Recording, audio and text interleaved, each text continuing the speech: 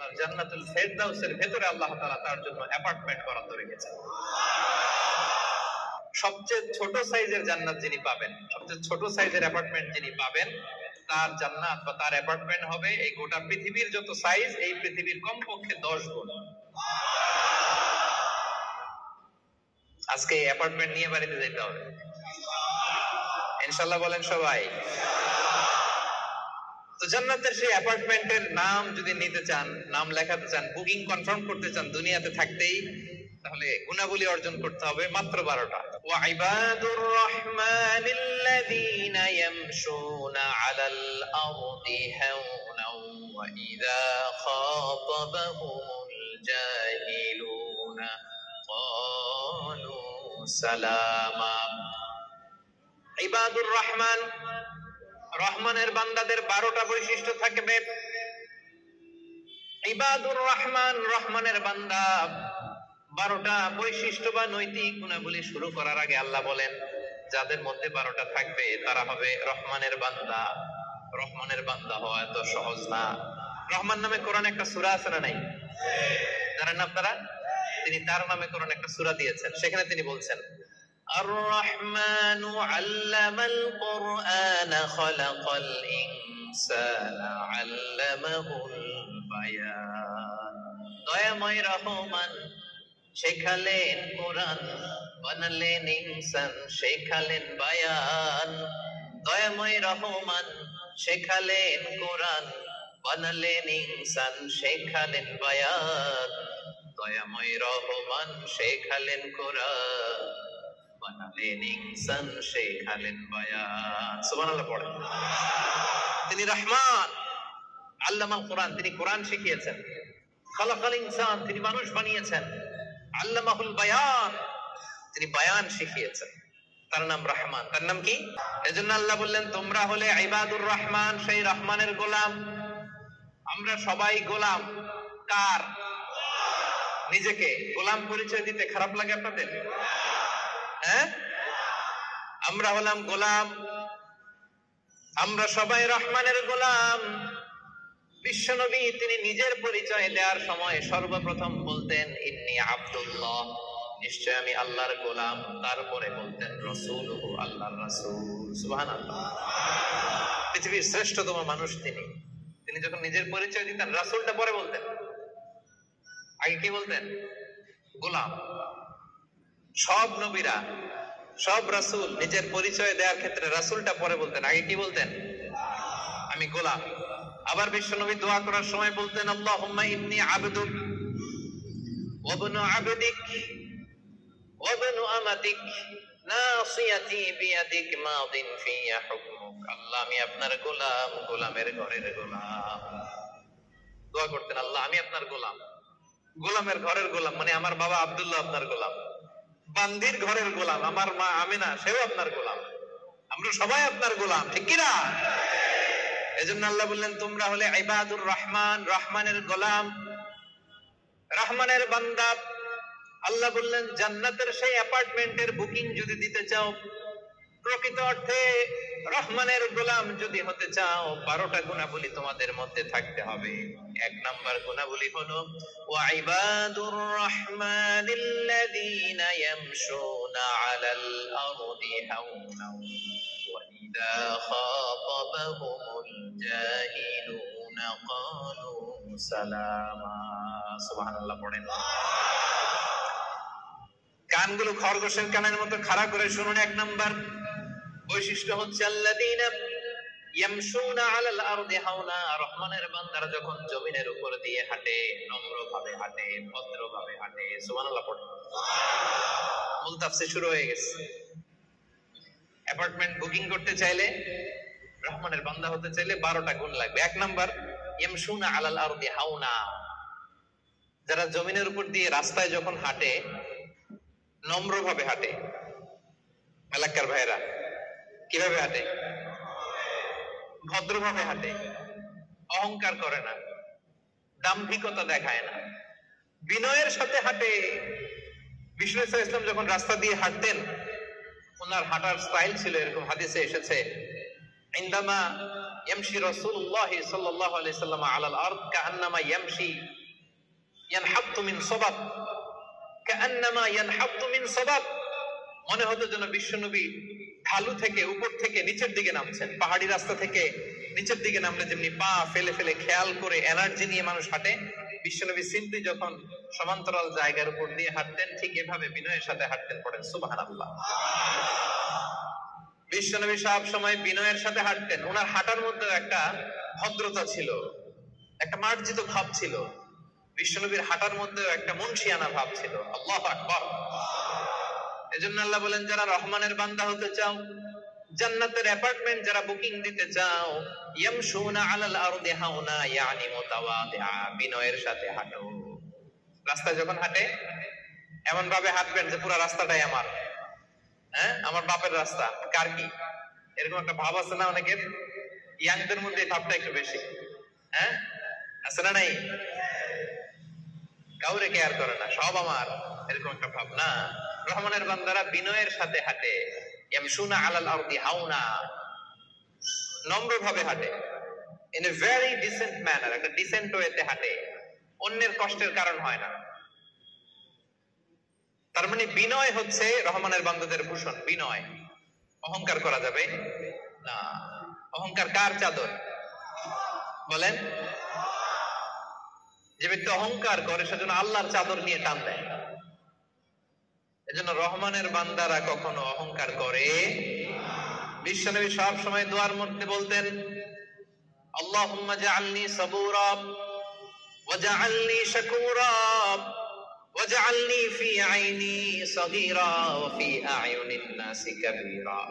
ও আল্লাহ, আপনি আমারে ধৈর্যশীল বানান, আপনি আমাকে শুকরগুজার বান্দা বানান, আমার চোখে আল্লাহ আপনি আমারে ছোট বানান, গোটা বিশ্বের মানুষের চোখে আমারে বড় বানান। বলেন আমিন। নিজের চোখে নিজে ছোট থাকবেন, তাহলে বড় বানাবে কে? ওমা তাওয়াদা আহাদুন লিল্লাহি ইল্লা রাফাআহুল্লাহ, যে আল্লাহর জন্য বিনয়ী হয়ে নিচু হয়, আল্লাহ তাআলা টেনে উপরে ওঠায়। এটা সুন্নাতুল্লাহ ফিল আরদ, এই জমিনে আল্লাহর সুন্নাত। আপনি নিচু হবেন, আল্লাহ টেনে উপরে উঠাবে। আপনি অহংকার দেখিয়ে উপরে হবেন, এক থাপ্পড় মেরে জমিনে আপনারে গেড়ে দিতে পারে কে? এজন্য অহংকার করা যাবে না। ইয়ামশুনা আলাল আরদি হাওনা। আসলে অহংকার কি আমাদের সাজে? মেলাকার ভাইরা, এখনই না গায়ে কত জোর, এখনই না কত শক্তি, হ্যাঁ এখনই না কত দাপট, কিন্তু আপনার বিগত সালের কথা, বিগত সময়ের কথা আপনি খেয়াল করেন তো, একটা সময় আপনি কি ছিলেন বলেন তো? হাল আতা আলাল ইনসানি হিনুম মিনাদ দাহরি লাম ইয়াকুন শাইআম মাযকুরা। মানুষের প্রত্যেকেরই এমন একটা সময় ছিল, উল্লেখ করার মতো সে কিছুই ছিল না। মায়ের পেটে যখন ছিলেন আপনার নাম ছিল? কথা বুঝে নাই বোধহয়। আপনি যখন বাবার পৃষ্ঠদেশ থেকে মায়ের পেটের ভেতরে গেছিলেন, ছোট্ট এক ফোঁটা পানি, আপনার নাম ছিল না? আপনার নাম ছিল না, আপনার গ্রাম ছিল না, আপনার অ্যাড্রেস ছিল না, আপনার অস্তিত্ব ছিল না, আপনার পরিচয় ছিল না। এটাই তো আপনার হিস্ট্রি। অহংকার আসে কোথা থেকে? একটু হিস্ট্রিটা একটু খেয়াল করে দেখেন না, কিছুই ছিলাম না। লাম ইয়াকুন শাইআম মাযকুরা, উল্লেখ করার মতো আমরা কিছুই ছিলাম না। বাবার পৃষ্ঠদেশ থেকে মায়ের উদরে আসলাম, ছোট্ট এক ফোঁটা নাপাক পানি থেকে আল্লাহ তাআলা আমাদেরকে বড় করতে লাগলেন। বড় হতে হতে হতে 9 মাস 10 মাস পরে দুনিয়ার বুকে আসলাম, পোশাক নিয়ে না পোশাক ছাড়া। হ্যাঁ, কি অহংকার! নেকেড হয়ে আসছিলাম, নগ্ন, গায়ে জামাটাও ছিল না। হিস্ট্রিটা একটু দেখেন না। হিস্ট্রি ভুলে যাওয়া ঠিক না, ইতিহাস ভুলতে নাই। একটু হিস্ট্রি দেখেন, হিস্ট্রির দিকে একটু খেয়াল করে দেখেন, কি ছিলেন আপনি, কি ছিলাম আমি? পোশাক ছাড়া, নগ্ন, নেকেড হয়ে মায়ের পেটের ভেতর থেকে আসলাম, দুনিয়াতে আসলাম। দাঁত ছিল না, আমার জন্য আলাদা লিকুইড খাবার বানানো লাগতো, ঠিক কিনা? জন্মের পর থেকে মাছ গোশত খাইতে পারছেন নাকি আপনি? দুধ খাইতেন, যেখানে সেখানে পেশাব, যেখানে সেখানে পেশাব পায়খানা, ঠিক কিনা? এখনই না এই যে ডায়াপার আবিষ্কার হয়েছে, ডায়াপারের আগে তো ছোট বাচ্চাদেরকে কোলে নিতে মানুষ ভয় পাইতো, কাঁথা দিয়ে আমাদের সময় পেঁচায়া কেউ আসলে বাচ্চাটারে দিত, তা না হলে পেশাব করে সব শেষ। তো দেখেন, যেখানে বসায় এখানে পড়ে যায়। বাচ্চাটারে বসায় দিলে বসতে পারে, শোয়াই দিলে শুইতে পারে, মুখে উঠাই দিলে খাইতে পারে। এটা ছিল আপনার হিস্ট্রি। আবার 60 বছর 70 বছর 80 বছর হায়াত পাওয়ার পরে আপনি যখন দুনিয়া থেকে চলে যাবেন, বয়স যখন 80, বয়স যখন 90, একই অবস্থা, যেখানে বসায় দেবে এখানেই শেষ। এরকম আছে না নাই? বয়স যখন 80-90 আবার পায়খানা প্রস্রাব করে সব শেষ, মুখে তুলে দিলে খেতে পারে, তাহলে গায়ে ওই জোরটাও নাই। তো অহংকার আপনি পেলেন কোত্থেকে আমারে বলেন? আবার এই দুনিয়া থেকে যখন আপনি বিদায় নিবেন, যেই পোশাকে এসেছিলেন ওই পোশাকে আবার পাঠানো হবে, ঠিক কিনা? আসার দিন গায়ে যেমনি কোনো জামা ছিল না, যাওয়ার সময় সব জামাগুলো খুলে রেখে দেয়া হবে, কাফনের কাপড়ে পেঁচিয়ে অন্ধকার কবরের মধ্যে আপনারে রেখে দেয়া হবে। সবাই পালিয়ে যাবে, আত্মীয় স্বজন কেউ সাথে যাবে না, ঠিক কিনা? এমনকি দুজন ফেরেশতা যারা আপনার আমলনামা লিখতো তারাও পালিয়ে যাবে, কারণ আপনার জীবন শেষ, আমলনামা লেখার দায়িত্ব শেষ। আত্মীয়রা চলে যাবে, ফেরেশতারাও চলে যাবে, কেউ সাথে যাবে না, ঠিক কিনা? দুই কাঁধে ছিল যে তোমার দুইজনা পাহারা, তোমারে একলা থইয়া পালাইছে তাহারা। তোমার 8 কুঠুরি 9 দরজা বন্ধ যে ওই হলো রে হলো, মুখে আল্লাহ রসুল মুখে বলো, ও মুখে আল্লাহ রসুল সবে বলো। দুয়ারে আইসাছে পালকি নাই হরি যাও তোলো রে তোলো, মুখে আল্লাহ রসুল সবে বলো, ঠিক কিনা? এই তো আপনার হিস্ট্রি। লাম ইয়াকুন শাইআম মাযকুরা, উল্লেখ করার মতো আপনি কিছুই ছিলেন না। এজন্য অহংকার কোন বনি আদমের সাজে না, অহংকার সাজে একজনের। চিল্লায় বলেন তিনি কে? এজন্য রব্বুল আলামিন বলেন, ওয়া ইবাদুর রহমানিল্লাযীনা ইয়ামশুনা আলাল আরদি হাওনা ওয়া ইযা খাতাবাহুমুল জাহিলুনা ক্বালু সালামা। জান্নাতের অ্যাপার্টমেন্ট যারা চায়, রহমানের বান্দা হিসেবে নাম যারা তুলতে চায়, তারা রাস্তা দিয়ে যখন হেঁটে যায় বিনয়ের সাথে হাঁটে, নম্রভাবে হাঁটে, ভদ্রভাবে হাঁটে। কথাটা কার? আবার অন্য আয়াতে আল্লাহ বললেন, ওয়ালা তামশি ফিল আরদি মারহা ইন্নাল্লাহা লা ইউহিব্বু কুল্লা মুখতালিন ফখুর। জমিনে অহংকার ভরে হেঁটো না, গর্ব ভরে হেঁটো না, অহংকারীদেরকে রব্বুল আলামিন পছন্দ করে না। মূর্খরা যখন রহমানের বান্দাদের সাথে ঝগড়া লাগতে আসে, তর্ক করতে আসে, রহমানের বান্দারা তর্কের বিপরীতে তর্ক করে না, তর্কের বিপরীতে রহমানের বান্দারা সালাম দেয়। কি দেয়? পারবেন? যে বুঝতে চায় তার সাথে সুন্দর তর্ক বিতর্ক হতে পারে, যে বুঝতে চায় না, যে মানতে চায় না, যে পায়ে পাড়া দিয়ে ঝগড়া করতে চায়, এর সাথে তর্ক করা যাবে? রহমানের বান্দারা এদের সাথে তর্ক জুড়ে দেয় না। একদল আছে দেখবেন বারবার আপনাকে তর্ক করে, আপনার সাথে তর্ক করবে, আপনাকে পোক করবে, পায়ে পাড়া দিয়ে ঝগড়া করতে চাইবে, এরকম আছে না নাই? রহমানের বান্দারা তাদের সাথে ঝগড়ায় লিপ্ত হয় না, তাদেরকে সালাম দেয়। কি দেয়? যে ভাই তুমিই ঠিক, তুমিই শুদ্ধ, তুমিই বুঝতে পারছো, আমি বুঝি নাই, তোমার সালাম। তোমারে কি? ফেসবুকে যদি আপনার কমেন্ট বক্সে কেউ গালি দেয়, আপনিও গালি দিবেন? অযথা যদি তর্ক জুড়ে দেয়, আপনিও তর্ক করবেন? কি করবেন? সবাই বলেন কি করবেন? এজন্য রাব্বুল আলামিন বলেন, ওয়া ইযা খাতাবাহুমুল জাহিলুনা ক্বালু সালামা। রহমানের বান্দারা অযথা তর্ক জুড়ে দেয় না, তর্কের জবাবে তর্ক করে না, গালির জবাবে গালি দেয় না, মন্দ আচরণের বিপরীতে মন্দ আচরণ করে না। রহমানের বান্দারা সালাম দিয়ে কেটে পড়ে। সুবহানাল্লাহ পড়ে। 2 নাম্বার ক্লিয়ার? অযথা তর্ক করতে চাইলে, কটু কথা বললে, গালি দিলে আপনি কি দিবেন? ওরা গালি দিলে আমরা সালাম দেই, ওরা ষড়যন্ত্র করলে আমরা দোয়া করি, ওরা বুলেট মারলে আমরা ফুল ছুঁড়ে মারি, চিল্লায় বলে ঠিক কিনা? এটাই মুমিনের বৈশিষ্ট্য। কারণ হেরে যায় হিংসা আর ষড়যন্ত্র, জিতে যায় ভালোবাসা, তাই না? ভালোবাসার যে কত শক্তি ওরা জানেই না, ভালোবাসা দিয়ে যে বিশ্ব জয় করা যায় এটা ওরা জানেই না। এজন্য ইযা খাতাবাহুমুল জাহিলুনা ক্বালু সালামা। তর্ক করবে, অযথা ঝগড়া বাঁধাবে, আমরা ঝগড়া করব না, আমরা সালাম দিব। আমরা কি করব? সবার মনে থাকবে? 2 নাম্বার বোঝা গেছে?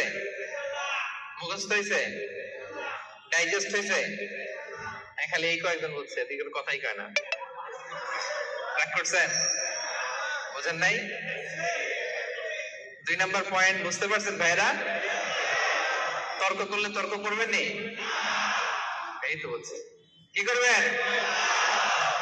এইভাবে উত্তর দিতে হবে, বাঘের বাচ্চার মতো। পারা যাবে? রহমানের বান্দাদের বৈশিষ্ট্য আল্লাহ বলেন, ওয়াল্লাযীনা ইয়াবীতুনা লিরাব্বিহিম সুজদাও ওয়া কিয়ামা। রহমানের বান্দারা রাত জেগে হিন্দি সিরিয়াল দেখে, রহমানের বান্দারা রাত জেগে ফিফা ওয়ার্ল্ড কাপ দেখে না, রহমানের বান্দারা রাত জেগে পর্নোগ্রাফি ভিডিও দেখে না, রহমানের বান্দারা সেজদা দিয়ে জায়নামাজে দাঁড়িয়ে রাত কাটায়। রাতের আধারে যারা সেজদাতে রয়, দু চোখের শ্রুতে নদী যেন বয়। পড়েন, রাতের আধারে যারা সেজদাতে রয়, দু চোখের শ্রুতে নদী যেন বয়। ছলনার হাতছানি যতই আসুক, পেছনে ফিরে সে তাকায় না। যাদের হৃদয়ে আছে আল্লাহর ভয়, তারা কবু পথ ভুলে যায় না। আল্লাহর প্রেম ছাড়া এই দুনিয়া কারো কাছে কোনো কিছু চাই না। ঠিক না? রহমানের বান্দাদের 3 নাম্বার বৈশিষ্ট্য, ওয়াল্লাযীনা ইয়াবীতুনা লিরাব্বিহিম সুজদাও ওয়া কিয়ামা। রাত জেগে মুভি দেখে না, রাত জেগে খেলা দেখে না, রাত জেগে সময় নষ্ট করে না। সুজদাও ওয়া কিয়ামা। রহমানের বান্দারা সিজদায় লুটিয়ে পড়ে, জায়নামাজে দাঁড়িয়ে দাঁড়িয়ে আল্লাহর ইবাদত করে। ঠিক কি না? পারবেন? হ্যাঁ, পারা যাবে? পারা যাবে? রাত জেগে ইবাদত করতে হবে। সুযোগ একটু পাইছি, দেখি হিন্দি সিনেমা কোনটা আসছে। জান্নাতের অ্যাপার্টমেন্ট বুকিং দিবেন দুনিয়াতে থাকতে, এত সস্তা। রাত জেগে তারা ইয়াবিতুনা লিরাব্বিহিম সুজদাও ওয়া কিয়ামা, তারা সিজদায় লুটিয়ে পড়ে, তারা জায়নামাজের উপর দাঁড়িয়ে থাকে। রহমানের বান্দারা দিনের বেলা বিনয়ের সাথে জমিনে হাঁটে, রাতের বেলা তাহাজ্জুদের জায়নামাজে কান্নার ঝড় তোলে। এরা হচ্ছে ইবাদুর রহমান। বিশ্বনবী যখন মাঝ রাতে দাঁড়াতেন,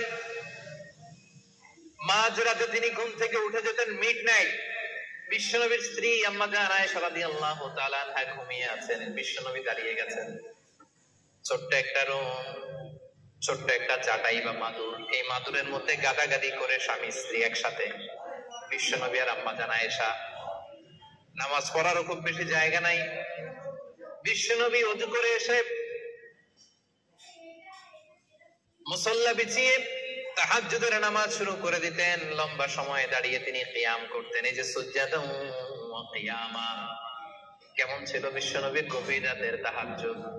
তাহাজ্জুদের জায়নামাজে বিশ্বনবী লম্বা সময় দাঁড়িয়ে থাকতেন। আম্মা জান আয়েশা বলেন, হাত্তা তাতাফাত্তারা কদামা, আমি মাঝে মাঝে দেখতাম বিশ্বনবী দাঁড়িয়ে থাকতে থাকতে বিশ্বনবীর পা দুটি এইভাবে ফুলে যেত।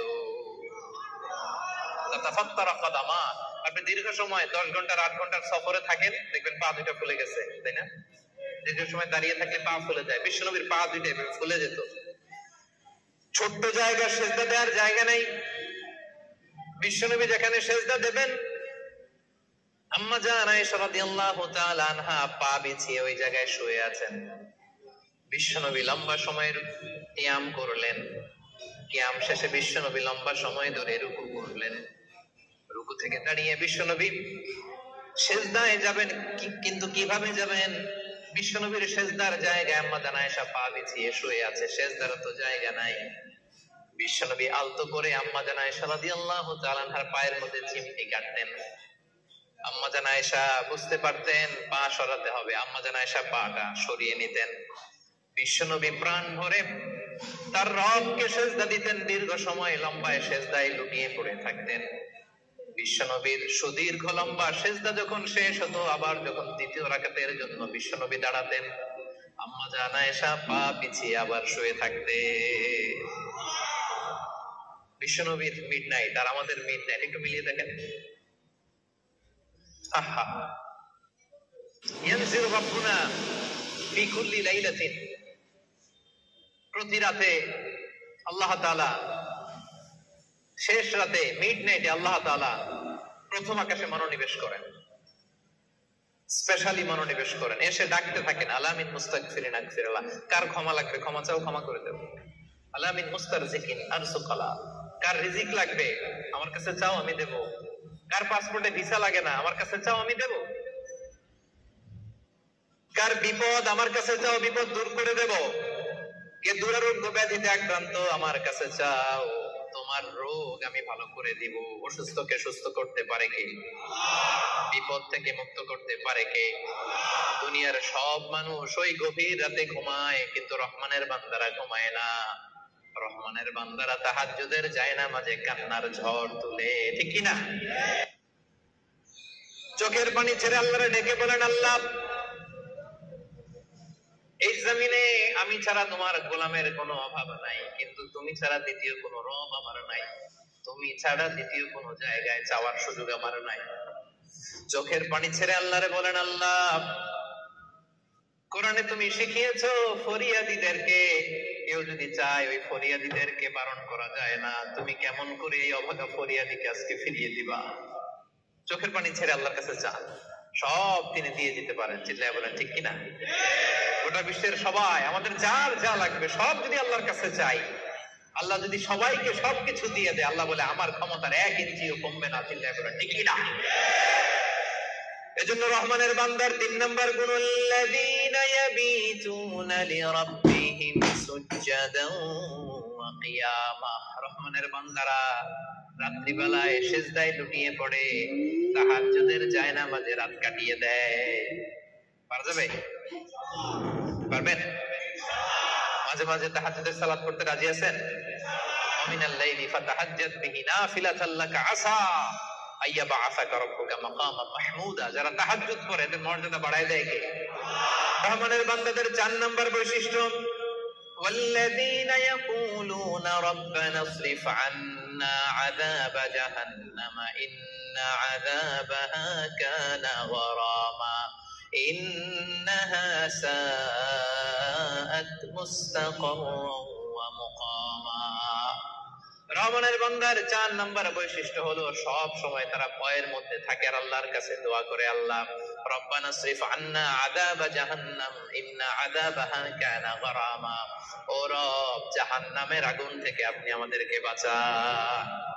4 নাম্বার বৈশিষ্ট্য, ইসরিফ আন্না আযাবা জাহান্নাম, আল্লাহ জাহান্নামের আযাব থেকে আমাদেরকে বাঁচান।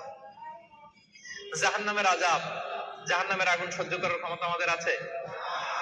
মেলাক্কার ভাইয়েরা, আজকের এই কনফারেন্সে কার কার আছে দেখি জাহান্নামের আগুন সহ্য করতে পারবেন?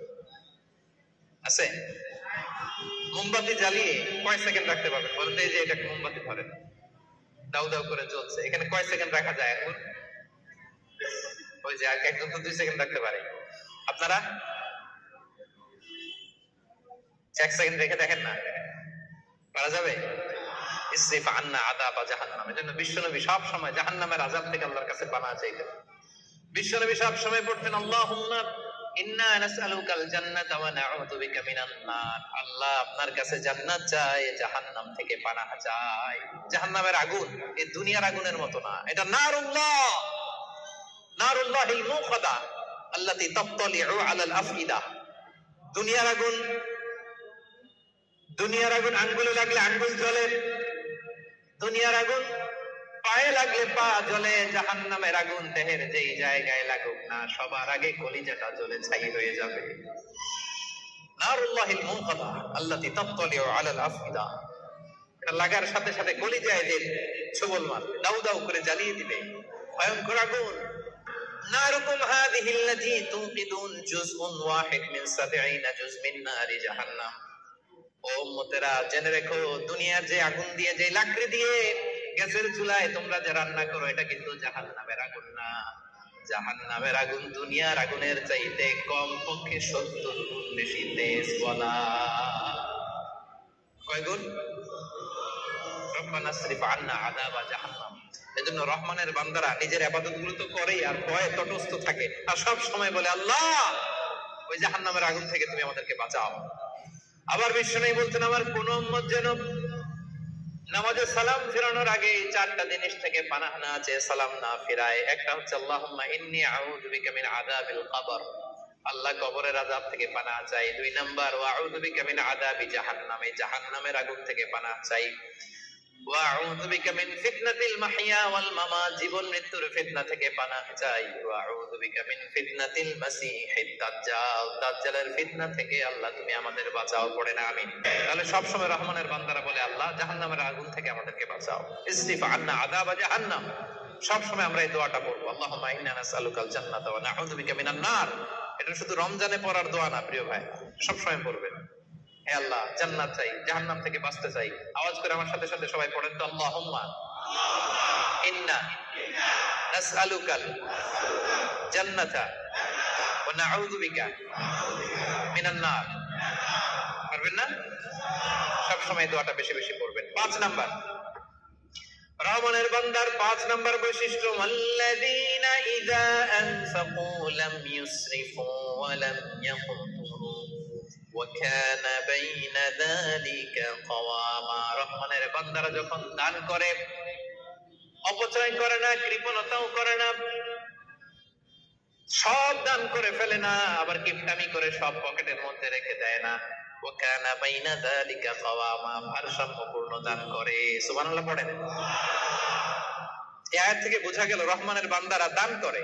কি করে? যে দান করে তার মর্যাদা বাড়ায় দেয় কে? আপনার স্ত্রীকে দিবেন কি? এটা করা যাবে না, রহমানের বান্দারা এটা করে না। আবার 5000 রিঙ্গিট বেতন 1 রিঙ্গিটও বেরোয় না, এরকম টাকায় গাছরা নাই। রহমানের বান্দারা এমনও করে না, যা কামায় সব দিল দরিয়া হয়ে দান করে দেয়, তারা এমনও নয়। আবার 1 টাকাও পকেট থেকে খসে না, এমনও নয়। ওয়া কানা বাইনা যালিকা কাওয়ামা, মাঝামাঝি। দেখেন ইসলাম কত ব্যালেন্সড অ্যাটিটিউড আমাদেরকে শেখায়। ইসলামের চেয়ে ভারসাম্যপূর্ণ জীবন বিধান পৃথিবীতে দ্বিতীয়টা আর আছে? আমাদেরকে ব্যালেন্স শেখায়, বাড়াবাড়িও নাই, ছাড়াছাড়িও নাই। রহমানের বান্দারা মধ্যমপন্থী। রহমানের বান্দারা, বিশ্বনবীর গায়ে একবার একটা জামা ছিল, সবাই আওয়াজ করে উত্তর দেন, কয়টা জামা? ফরিয়া দিয়ে এসে বলেন, নবী হে আতিনি কামিসান, আমার একটা কামিজ দেন, জামা দেন, আমার জামা নাই। দয়ার নবী, মায়ার নবী, কেউ কিছু চাইলে লজ্জায় না বলতে পারে না। চাইছে, বিশ্বনবী একটা জামাই খুলে পেটারে দিয়ে দিচ্ছে।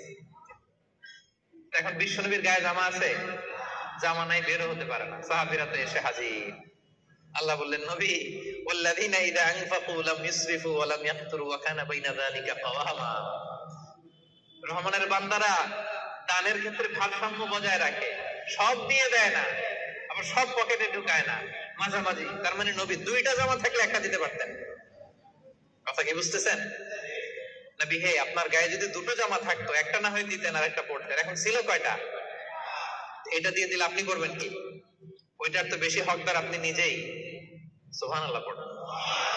তাহলে 5 নম্বরে দানের ক্ষেত্রে ভারসাম্য বজায় রাখে, মনে থাকবে। 6 নম্বরে রব্বুল আলামিন বলেন, ওয়াল্লাযীনা লা ইয়াদউনা মা'আল্লাহি ইলাহান আখার।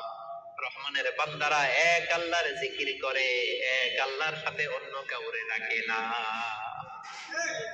জিকির হবে একজনের, তিনি কে? মনে থাকবে। এখন আপনি কিছুক্ষণ প্রাণ ভরে আল্লাহর নামে জিকির করলেন, এরপরে জিকির করা শুরু করলেন শাহালি বাবা, অমুক বাবা, তমুক বাবা, ল্যাংটা বাবা, আছে না নাই? হইছে? প্রথমে ডাকছিলেন কারে? ওটা ঠিক ছিল, ওইটা এই আয়াত অনুযায়ী ছিল। রহমানের বান্দার যে কোয়ালিটি, ওয়াল্লাযীনা লা ইয়াদউনা মা'আল্লাহি ইলাহান আখার। রহমানের বান্দারা আল্লাহর নামের সাথে অন্য কারো নাম জপে। খবরদার, আল্লাহর নামের সাথে অন্য কারো নাম জপলি মুশরিক। কিছুক্ষণ সুবহানাল্লাহ সুবহানাল্লাহ, এরপরে শাহালি বাবা, অমুক বাবা, তমুক বাবা, এগুলো যদি শুরু করেন ঈমান থাকবে। এজন্য রব্বুল আলামিন বলেন, ইয়াহাবু লিমান ইয়াশাউ ইনাসান ওয়া ইয়াহাবু লিমান ইয়াশাউ যুকুর আও ইউযাওয়িজুহুম যুকরানান ওয়া ইনাসা ওয়া ইয়াজআলু মান ইয়াশাউ আকীমা ইন্নাহু আলীমুন কাদির। আল্লাহ বলেন, আমি যাকে চাই তাকে ছেলে দেই। ছেলে দেয় কে? আমি যাকে চাই তাকে মেয়ে দেই, তিনি কে? আবার আল্লাহ বলেন, আমি যাকে চাই তারে ছেলেও দেই মেয়েও দেই, আওয়াজ করে বলেন তিনি কে? আবার আল্লাহ বলেন আমি যাকে চাই তারে ছেলেও দেই না মেয়েও দেই না, তিনি কে? দেয়ার মালিক কে? চাইবেন কার কাছে? আল্লাহ ছাড়া অন্য কাউরে সেজদা দেয়া যাবে? আল্লাহ ছাড়া অন্য কারো কাছে কিছু চাওয়া যাবে? এজন্য আল্লাহ বলেন খবরদার, ইন্নাল্লাহা লা ইয়াগফিরু আন ইউশরাকা বিহি ওয়া ইয়াগফিরু মা দুনা যালিকা লিমান ইয়াশা। রব্বুল আলামিন চাইলে তোমার সব গুনাহ ক্ষমা করে দিতে পারে, কেবলমাত্র শিরকের গুনাহ ছাড়া। তিনি সব গুনাহ ক্ষমা করে দেয়, শিরকের গুনাহ ক্ষমা করে।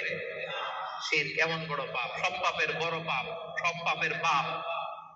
এটা ক্যান্সার, এটা নাই কোনো অ্যানসার। লা ইন আশরাকতা, আল্লাহ সব নবীকে ভার্ডিক্ট করে দিয়েছে, জানাই দিয়েছে লা ইন আশরাকতা ওয়ালা তাকুনান্না মিনাল খাসিরিন, যদি শিরক করো তোমার সব আমল বাতিল হয়ে যাবে, সব থাকবে না কিছু। খবরদার। এজন্য আমরা একজনের কাছে যাবো, তিনি কে? লা ইয়াদউনা মা আল্লাহি ইলাহান আখার। রহমানের বান্দারা আল্লাহর নাম কিছুক্ষণ জপে পরে আরেকজনের নাম জপে, এরকম করে? সব সময় একজনের নাম জপতে হবে। চিল্লায় বলেন তিনি কে?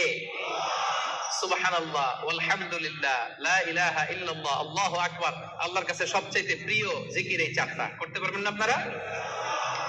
রহমানের বান্দার 7 নাম্বার বৈশিষ্ট্য, ওয়ালা ইয়াকতুলুনান নাফসাল্লাতী হারামাল্লাহু ইল্লা বিল হক। রহমানের বান্দারা অন্যায় ভাবে কাউরে মারে না, রহমানের বান্দারা হত্যা করে না, রহমানের বান্দারা কখনো খুনি হয় না, ঠিক না? ওয়ালা ইয়াকতুলুনান নাফসাল্লাতী হারামাল্লাহু ইল্লা বিল হক। খবরদার, রহমানের বান্দারা অন্যের রক্তে নিজের হাত রাঙায় না। যেটা আমি বানাতে পারি না সেটা আমি কেটে নিতে পারি? এজন্য খবরদার, রহমানের বান্দারা খুনি হয় না, অন্যের রক্তে নিজের হাতকে রাঙায় না, এটা বড় মহাপাপ। রব্বুল আলামিন কালামুল্লাহ মাজিদে ইরশাদ করেন, মান কাতালা নাফসান বিগাইরি নাফসিন আও ফাসাদিন ফিল আরদি ফাকান্নামা কাতালান নাসা জামিআ ওয়া মান আহইয়াহা ফাকান্নামা আহইয়ান নাসা জামিআ। যে ব্যক্তি একজন মানুষকে হত্যা করলো সেজন্য গোটা বিশ্বের সবাইকে হত্যা করলো, আর যে ব্যক্তি একজন মানুষের প্রাণ বাঁচিয়ে দিল সেজন্য গোটা বিশ্বের সব মানুষের প্রাণ বাঁচালো। পড়েন সুবহানাল্লাহ। কি সুন্দর ইসলাম! দেখেন, আমাদের জান, আমাদের সত্তা, আমাদের নিরাপত্তার কথা ইসলাম কতটা ভেবেছে। এটা মহাপাপ। খবরদার, অন্যের প্রাণ নাশ করা যাবে না, অন্যকে মারা যাবে না। তাইলে হুজুর অন্যরে মারা যাবে না, আমি তো আমারে মারতে পারবো, আমি আত্মহত্যা করে ফেলি নাকি? হ্যাঁ, আপনি আপনার নিজেকেও শেষ করতে পারবেন না, কারণ রুহু আপনি বানাতে পারেন না, তাই রুহু কেড়ে নিতে পারেন না। মান কাতালা নাফসাহু বিশাইইন উযযিবা বিহি ইয়াউমাল কিয়ামা। অন্যকে হত্যা যেমনি পাপ, নিজ হত্যা মানে আত্মহত্যাও মহাপাপ। যে ব্যক্তি যে জিনিস দিয়ে নিজেকে হত্যা করবে কিয়ামতের দিন ওইটা দিয়েই তার শাস্তি হবে। বিষ খেয়ে যে মারা যাবে কিয়ামতের ময়দানে কঠিন বিষ শুধু সে খেতেই থাকবে। স্ট্যাবিং করে ছুরি ঢুকিয়ে যে মারা যাবে, ছুরি ঢুকাতেই থাকবে। গলায় ফাঁস লাগিয়ে যে মেয়েটা মারা গেল, ওর শাস্তি জাহান্নামে শুধু ফাঁস লাগাতেই থাকবে, লাগাতেই থাকবে। কিয়ামতের দিন আল্লাহ তাআলা সর্বপ্রথম বিচার করবেন এই রক্তের বিচার। সর্বপ্রথম বিচার হবে কাবিলের। আউয়ালু মান সান্নাল কাতলা ফিল আরদ। যে কাবিল, আদম আলাইহিস সালামের যে সন্তান কাবিল, এই পৃথিবীতে হত্যার প্রচলন চালু করেছিল। এই পৃথিবীর প্রথম হত্যাকারী খুনিকে বলেন তো? কারে মারছিল? এজন্য পৃথিবীতে যত হত্যাকাণ্ড, ওই হত্যার একটা পার্সেন্টেজ গুনাহ ওর আমলনামায় আছে না নাই? কিয়ামতের দিন আল্লাহ দুইটা বিচার দিয়ে শুরু করবেন। হাক্কুল্লাহ, আল্লাহর হকের প্রথম বিচার হলো নামাজ, আর হাক্কুল ইবাদ, বান্দার হকের প্রথম বিচার হলো রক্তের বিচার। রক্তের বিচার, যতগুলো রক্তের বিচার দুনিয়াতে হয় না, আল্লাহ সেদিন করবেন। এই পৃথিবীতে গুম আছে না নাই? বাংলাদেশের নিউজে শোনেন না, গুম করে ফেলছে, খুন করে ফেলছে, বস্তাবন্দি করে ফেলে দিয়ে আসছে। আহা, দুনিয়ার কেউ দেখে নাই, কোনো প্রমাণও নাই।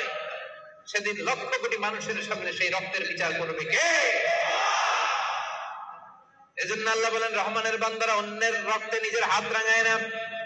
8 নম্বরে আল্লাহ বললেন ওয়ালা ইয়াজনুন। রহমানের বান্দাদের 8 নম্বর গুণাবলী হলো রহমানের বান্দারা ব্যভিচারিণী হয় না, ব্যভিচার করে না, মানে জিনা করে না, বিবাহ বহির্ভূত কোনো সম্পর্কে মুমিনরা জড়ায় না, ঠিক কি না? বুঝতে পারছেন? গার্লফ্রেন্ড বয়ফ্রেন্ড করা যাবে? পরকিয়া করা যাবে? বিয়ে ছাড়া অন্য কোনো সম্পর্কে জড়ানো যাবে? এলাকার ভাইয়েরা খবর আছে? ইমুতে কার সাথে কি করেন, ইমুতে কার সাথে কথা বলেন, সব আল্লাহর সুপ্রিম কোর্টের কাজ করে সেদিন আপনার পাই টু পাই হিসাব দিতে হবে। চিল্লায় বলেন ঠিক কিনা? তাহলে 8 নম্বর হচ্ছে ওয়ালা ইয়াজনুন, তারা ব্যভিচারী হয় না, তারা বিয়ের বাইরে কোনো ধরনের সম্পর্কে জড়ায় না। 9 নম্বরে ওয়াল্লাযীনা লা ইয়াশহাদুনা আয-যুরা ওয়া ইযা মাররু বিল-লাগwi মাররু কিরামা। 9 নম্বরে রহমানের বান্দারা কখনো মিথ্যা সাক্ষী দেয় না। 9 নম্বর খেয়াল করে শুনেন, মিথ্যা সাক্ষী দেয় না, মহাপাপ। মিথ্যা কথা, মিথ্যা সাক্ষী, এটা মহাপাপ। আমাদের বাংলাদেশে মিথ্যা সাক্ষী আছে না নাই? কোর্ট কাছারি গুলোতে খেয়াল করেন, হাইকোর্ট, সুপ্রিম কোর্ট, দেখেন কোরআন ধরে বলে যাহা বলিব সত্য বলিব, সত্য বই মিথ্যা বলিব না, কিন্তু যাহা বলে সবই।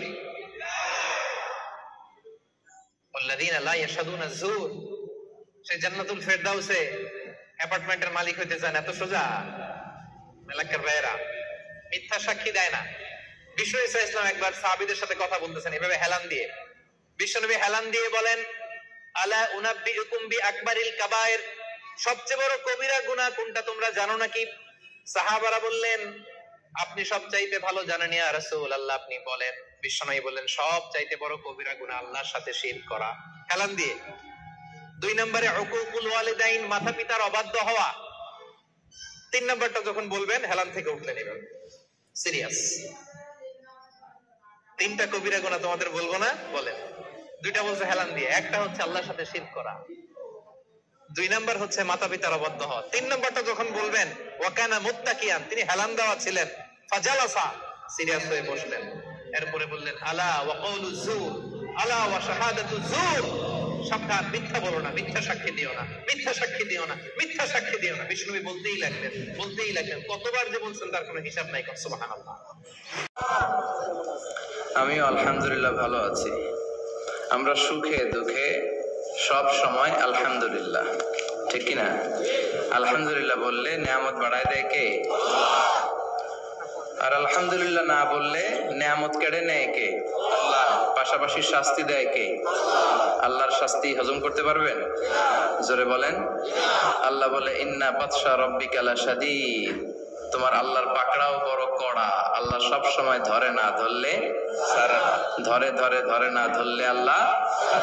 যাহারাল ফাসাদু ফিল বাররি ওয়াল বাহর বিমা কাসাবাত আইদিন নাস, জলে স্থলে এই যে অগ্নিকাণ্ড, ফাসাদ, ভূমিকম্প, বন্যা, বেকারত্বের সমস্যা, ক্ষমতার দ্বন্দ্ব, গতি নিয়ে মারামারি, এগুলো আমাদের হাতের কামাই। যেরকম ঠিক কিনা? আমরা যদি আল্লাহওয়ালা হয়ে যাই, আমরা যদি নামাজি হয়ে যাই, আমরা যদি কোরআনওয়ালা হয়ে যাই, আমার বাংলাদেশটারে রহমত বরকত দিয়ে ভরে দিবে কে? এজন্য যত ফাসাদ দেখা যায়, যত দুর্যোগ দেখা যায়, এগুলো আমাদের হাতের কামাই, আল্লাহ ইচ্ছে করে দেয় না। আল্লাহ বলে, বান্দা যখন নাফরমান হয়ে যায় তখন আমি একটার পর একটা আযাব দিতে থাকি। বিশ্বনবী বলেছেন, তাসবিহ ছড়া চিনেন না? তাসবির সুতা ছিঁড়ে গেলে কি অবস্থা হয়? দানাগুলো টপ টপ টপ টপ করে একটার পর একটা পড়ে, একটার পর একটা। আল্লাহ বলে, তাসবির সুতা যখন ছিঁড়ে যায়, তাসবির দানা যেমনি একটার পর একটা টপ টপ করে পড়তে থাকে, আকাশ থেকে আযাব আর গজব একটার পর একটা। সিডর শেষ আইলা শেষ মহাসেন শেষ নার্গিস শেষ সুনামি শেষ বন্যা, একটার পর একটা আসতেই থাকবে। চিল্লা এখন ঠিক কিনা? এজন্য আযাব আর গজব আসলে আমাদের তওবা করা দরকার। তওবা করব কার কাছে? কিন্তু দুর্যোগ আসলে দেখবেন দুর্যোগ মন্ত্রী টেলিভিশনে বলবে, আমরা ভূমিকম্প মোকাবেলা করব, আমরা বন্যা মোকাবেলা করব।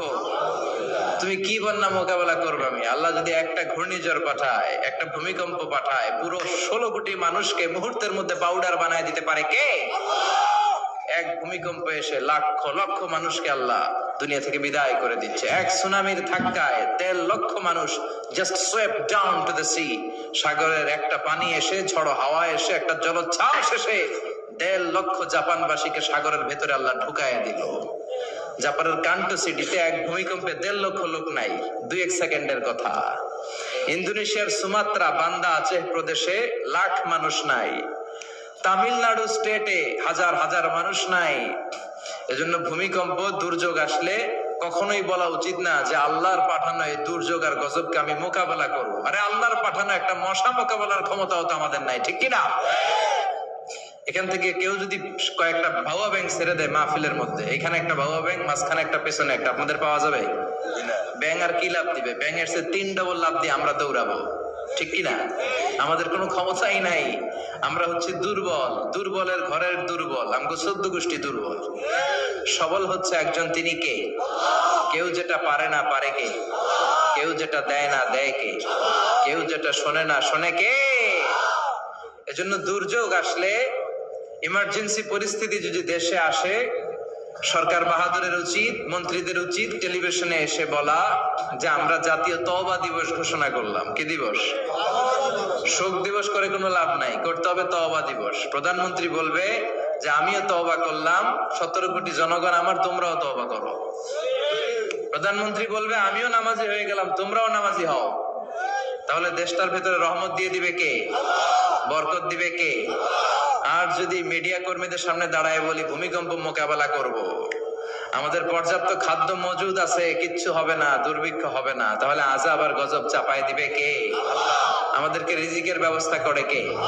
ওয়ামা মিন দাব্বাতিন ফিল আরদি ইল্লা আলাল্লাহি রিজকুহা ওয়া ইয়ালামু মুস্তাকাররাহা ওয়া মুস্তাওদাআহা কুল্লুন ফি কিতাবিম মুবিন। আল্লাহ বলেন রিজিকের মালিক আমি একজন, তিনি কে?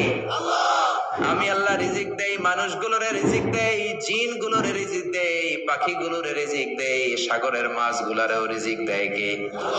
সাগরের তিমি মাছ সাগরের এক মাথা থেকে আরেক মাথায় খালি পেটে বের হয়ে যায়, দিন শেষে তিমি মাছের পেটটা ভর্তি করে তিমি মাছরে ফিরায় দেয় কে? বাবুই পাখি তার বাসা ছেড়ে সকালবেলা খালি পেটে বের হয়, বিকেল বেলা পাখির পেটকে ওদর ভর্তি করে পাখিটারে বাসায় ফিরায় দেয় কে?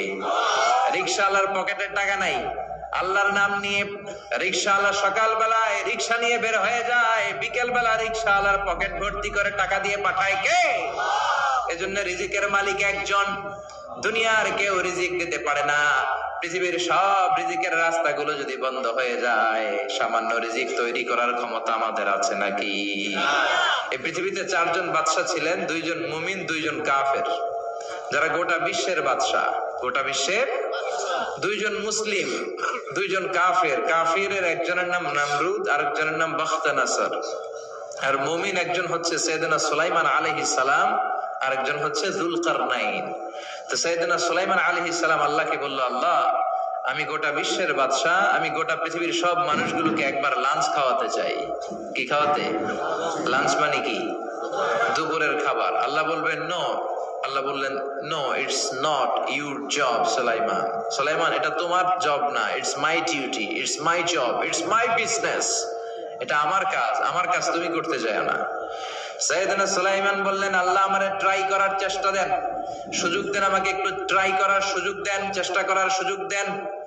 আমি একটু চেষ্টা করতে চাই গোটা বিশ্বের সব প্রাণীকুলকে, মৎস্যকুলকে, জিনকুলকে, মানবকুলকে খাওয়াতে চাই।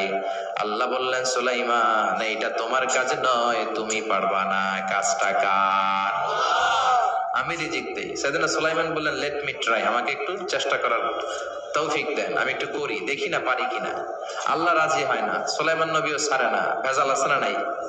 সুলাইমান আলাইহিস সালামের জোরাজুরিতে আল্লাহ রাজি হলেন। সাইয়েদনা সুলাইমানের অনুসারী ছিল জিনেরা, জিনেরা আবার ওনার কথা শুনতো। উনি জিনদের নিয়ে গোল টেবিল বৈঠক করলেন আর বললেন সাগরের তীরে বিশাল বড় বড় ট্যাগের মধ্যে রান্না করো, আফ্রিকার গরুগুলোকে ফ্রাই করো, তিমি মাছগুলোকে ভুনা করো, খাসিগুলোকে রেজালা করো, পোলাও করো, খিচুড়ি করো, বিরিয়ানি করো, সব ধরনের খাবার জমা করো।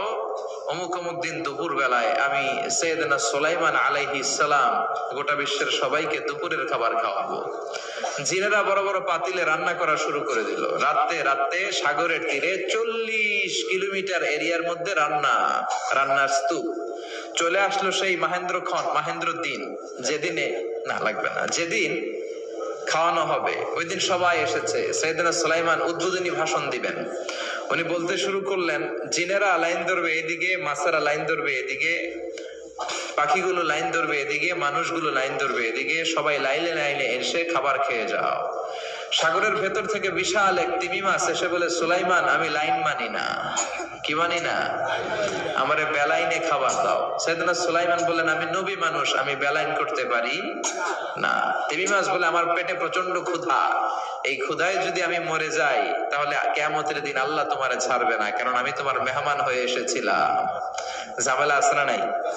সাইয়েদনা সুলাইমান বললেন, বিপদে কি করি? আসলেই তো এই তিমি মাছ আমার মেহমান, আজকে না খেয়ে যদি মারা যায় কিয়ামতের দিন আল্লাহ আমারে ছাড়বে না। সাইয়েদনা সুলাইমান বললেন, ঠিক আছে, শুধু এই তিমি মাছের জন্য বেলাইন, বাকি সবাই লাইনে খাবে। কিছু লোক আছে দেখবেন সব জায়গায় বেলাইন করে, আছে না নাই? র্যাব আছে, পুলিশ আছে, এর ফাঁকে বেলাইন করে ফেলায়, আছে না নাই? তো সাইয়েদনা সুলাইমান জিনদের আদেশ করে দিল, যাও আফ্রিকার একটা গরু, রোস্ট করা একটা গরু তিমি মাছের পেটের ভিতরে ঢুকায় দাও। তিমি মাছ বলল, সুলাইমান আমি হা করে রাখবো আমার মুখটা, যতক্ষণ না আমার পেট না ভরে তুমি খাবার দিতে থাকবা, পেট ভরে গেলেই মুখ বন্ধ করে ফেলবো। সাইয়েদনা সুলাইমানের কথা অনুযায়ী জিনের বাদশা একটা আস্ত গরু ফ্রাই করা তিমি মাছের পেটের ভিতরে ঢুকায় দিছে, কিন্তু তিমি মাছ হা করে আছে। সাইয়েদনা সুলাইমান বলেন, কয়েকটা খাসি মেরে দাও। একটা খাসি দিয়ে দিল, তারপরও হা করে আছে। বড় বড় ডেক থেকে পোলাও দাও, খিচুড়ি দাও, বিরিয়ানি দাও, আরো কয়েকটা গরু দাও, হা করে আছে। আরো কয়েকশো গরু দাও, হা করে আছে। আরো কয়েক হাজার গরু দাও, হা করে আছে। সুবহানাল্লাহ কইবেন না? দিতে দিতে 1 কিলোমিটারের খাবার নাই, 2 কিলোমিটারের খাবার শেষ, 10 কিলোমিটারের খাবার শেষ, 20 কিলোমিটার শেষ, 30 কিলোমিটার শেষ, 40 কিলোমিটারের খাবার শেষ। এখনো তিমি মাছের মুখটা হা করা আছে না নাই? সাইয়েদনা সুলাইমান সিজদায় পড়ে গেলেন, ডেকে বললেন, আল্লাহ আমি বুঝি নাই, গোটা বিশ্বের সবাইকে তো দূরের কথা, একটা মাছরেও তো রিজিক দিতে পারলাম না। তিমি মাছ এখনো হা করা, ডেকে বলে, সুলাইমান প্রতিদিন রব্বুল আলামিন 3টা লোকমা খাবার আমারে খাওয়ায়, তুমি 40 কিলোমিটারের খাবার পেটে দিয়েছো, কিন্তু আল্লাহর 3টা লোকমার একমার সমানও হয় না। এজন্য আল্লাহ বললেন, ওয়ামা মিন দাব্বাতিন ফিল আরদি ইল্লা আলাল্লাহি রিজকুহা ওয়া ইয়ালামু মুস্তাকাররাহা ওয়া মুস্তাওদাআহা কুল্লুন ফি কিতাবিম মুবিন। আল্লাহু আকবার। এই পৃথিবীতে যত প্রাণী আছে, মানুষ আছে, সবাইকে রিজিক দেয় কে? এজন্য রিজিকের মালিক আল্লাহ। ডেকে বললেন, গোলাম আযাব আর গজব ততদিন আসবে যতদিন তোমাদের নাফরমানি বন্ধ না হয়, আর যেদিন থেকে নামাজি হয়ে যাবা, যেদিন থেকে আল্লাহওয়ালা হয়ে যাবা, আযাব আর গজব বন্ধ করে দিবে কে? রহমত দিয়ে দেশটারে ভরে দিবে কে? লা ইন শাকারতুম লা আযীদান্নাকুম। শুকরিয়া করো, আমি নিয়ামত বাড়ায় দিব। কার কথা? আল্লাহ। আর জোরে বলেন, কার? আল্লাহ সব সময় আমাদেরকে তুমি নিয়ামত গুজারদের অন্তর্ভুক্ত হওয়ার তৌফিক দাও, আমিন। আর জোরে পড়েন, আমিন। না সাথী একটা দূরে কুয়াশা করে না, শুকরিয়া না, লাগবে না শুকরিয়া, এটা রহমতের কুয়াশা। আলহামদুলিল্লাহ পড়েন, সমস্যা হবে না ইনশাআল্লাহ। টিস্যু আছে তো মুছে নেওয়া যাবে। নাওতলা পশ্চিম পাড়া জামে মসজিদের উদ্যোগে 23তম বার্ষিক ওয়াজ ও দোয়ার মাহফিল। 23 বছর ধরে এখানে কোরআনের কথা হয়। আমরা খুশি না বেজার? আজকের মহতী প্রোগ্রামের সভাপতি বিশিষ্ট সমাজসেবক জনাব মোহাম্মদ ওহিদুল্লাহ সাহেব, চেয়ারম্যান 3 নং মাধাইয়া ইউনিয়ন পরিষদ, আমার নানা ভাই। জোরাজোরি করে আজকে আমার আনছে, আইনাই সারছে। আমি যত বছর বাঁচি অত বছর এনে আসতে হবে। কি বলেন আপনারা? আল্লাহ আমাদের সভাপতি নানা ভাইকে তুমি কবুল করে নাও। বিভিন্ন মাহফিল হলেই ছুটে যায়। অনেক চেয়ারম্যান আছে মাহফিল বন্ধ করে, আর আমার নানা ভাই মাহফিল করে, ঠিক কিনা? এরকম চেয়ারম্যানের দরকার আছে না নাই? আল্লাহ তুমি ওনাকে কবুল করো। জনপ্রতিনিধি হিসেবে ওনার কাঁধে যে দায়িত্ব, সবগুলো সঠিকভাবে আল্লাহ তুমি আঞ্জাম দেওয়ার তৌফিক দাও। আমাকে রেখেছেন প্রধান বক্তা, আপনাদের শুকরিয়া। আমার আগে কথা বলেছে বিশিষ্ট ইসলামী চিন্তাবিদ জনাব হযরত মাওলানা মোহাম্মদ আলী আশরাফ সাহেব, মুহাদ্দিস চান্দিনা আলামিন কামিল মাদ্রাসা। চমৎকার কথা বলছিলেন, আবার কিছু কালেকশনও করলেন। বিশ্বনবীও কিন্তু কালেকশন করতেন। বিশ্বনবী ঈদের নামাজের পরে মহিলাদেরকে বললেন, তাসাদ্দাকনা, মদিনার মহিলারা তোমরা বেশি বেশি দান খরচ করো, কারণ মেরাজের রাতে আমি দেখেছি পুরুষদের চেয়ে তোমরা নারীরা বেশি জাহান্নামী। নারীরা বলল, কেন রাসূল, আমরা জাহান্নামী কেন, আমগো দোষ কি? বিশ্বনবী বললেন, 2 কারণে। তুকসিরনা লাআনা, তোমরা বেশি বেশি মহিলাদেরকে লানত দাও। রেগে গেলে নারীরা বলে, হেতের উপরে আল্লাহ ঠেড়া হইতো, হেতের উপরে আল্লাহর গজব হইতো, বলে না? তো এক নারী আরেক নারীকে এরকম গালি দাও, ভর্ৎসনা করো, লানত দাও, এটা এক কারণ। আরেক হচ্ছে তাকফুরনাল আশিরা, তোমরা স্বামীর নাশুকরি করো। মায়েরা, বোনেরা, যাদের কানে আমার মাইকের আওয়াজ যায়, স্বামীর নাশুকরি করবেন না, এটা বড় কবিরা গুনাহ।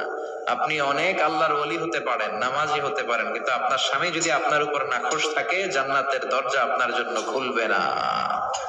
বিশ্বনবী ফাতেমারে বললেন, ফাতেমা, আলী কোথায়?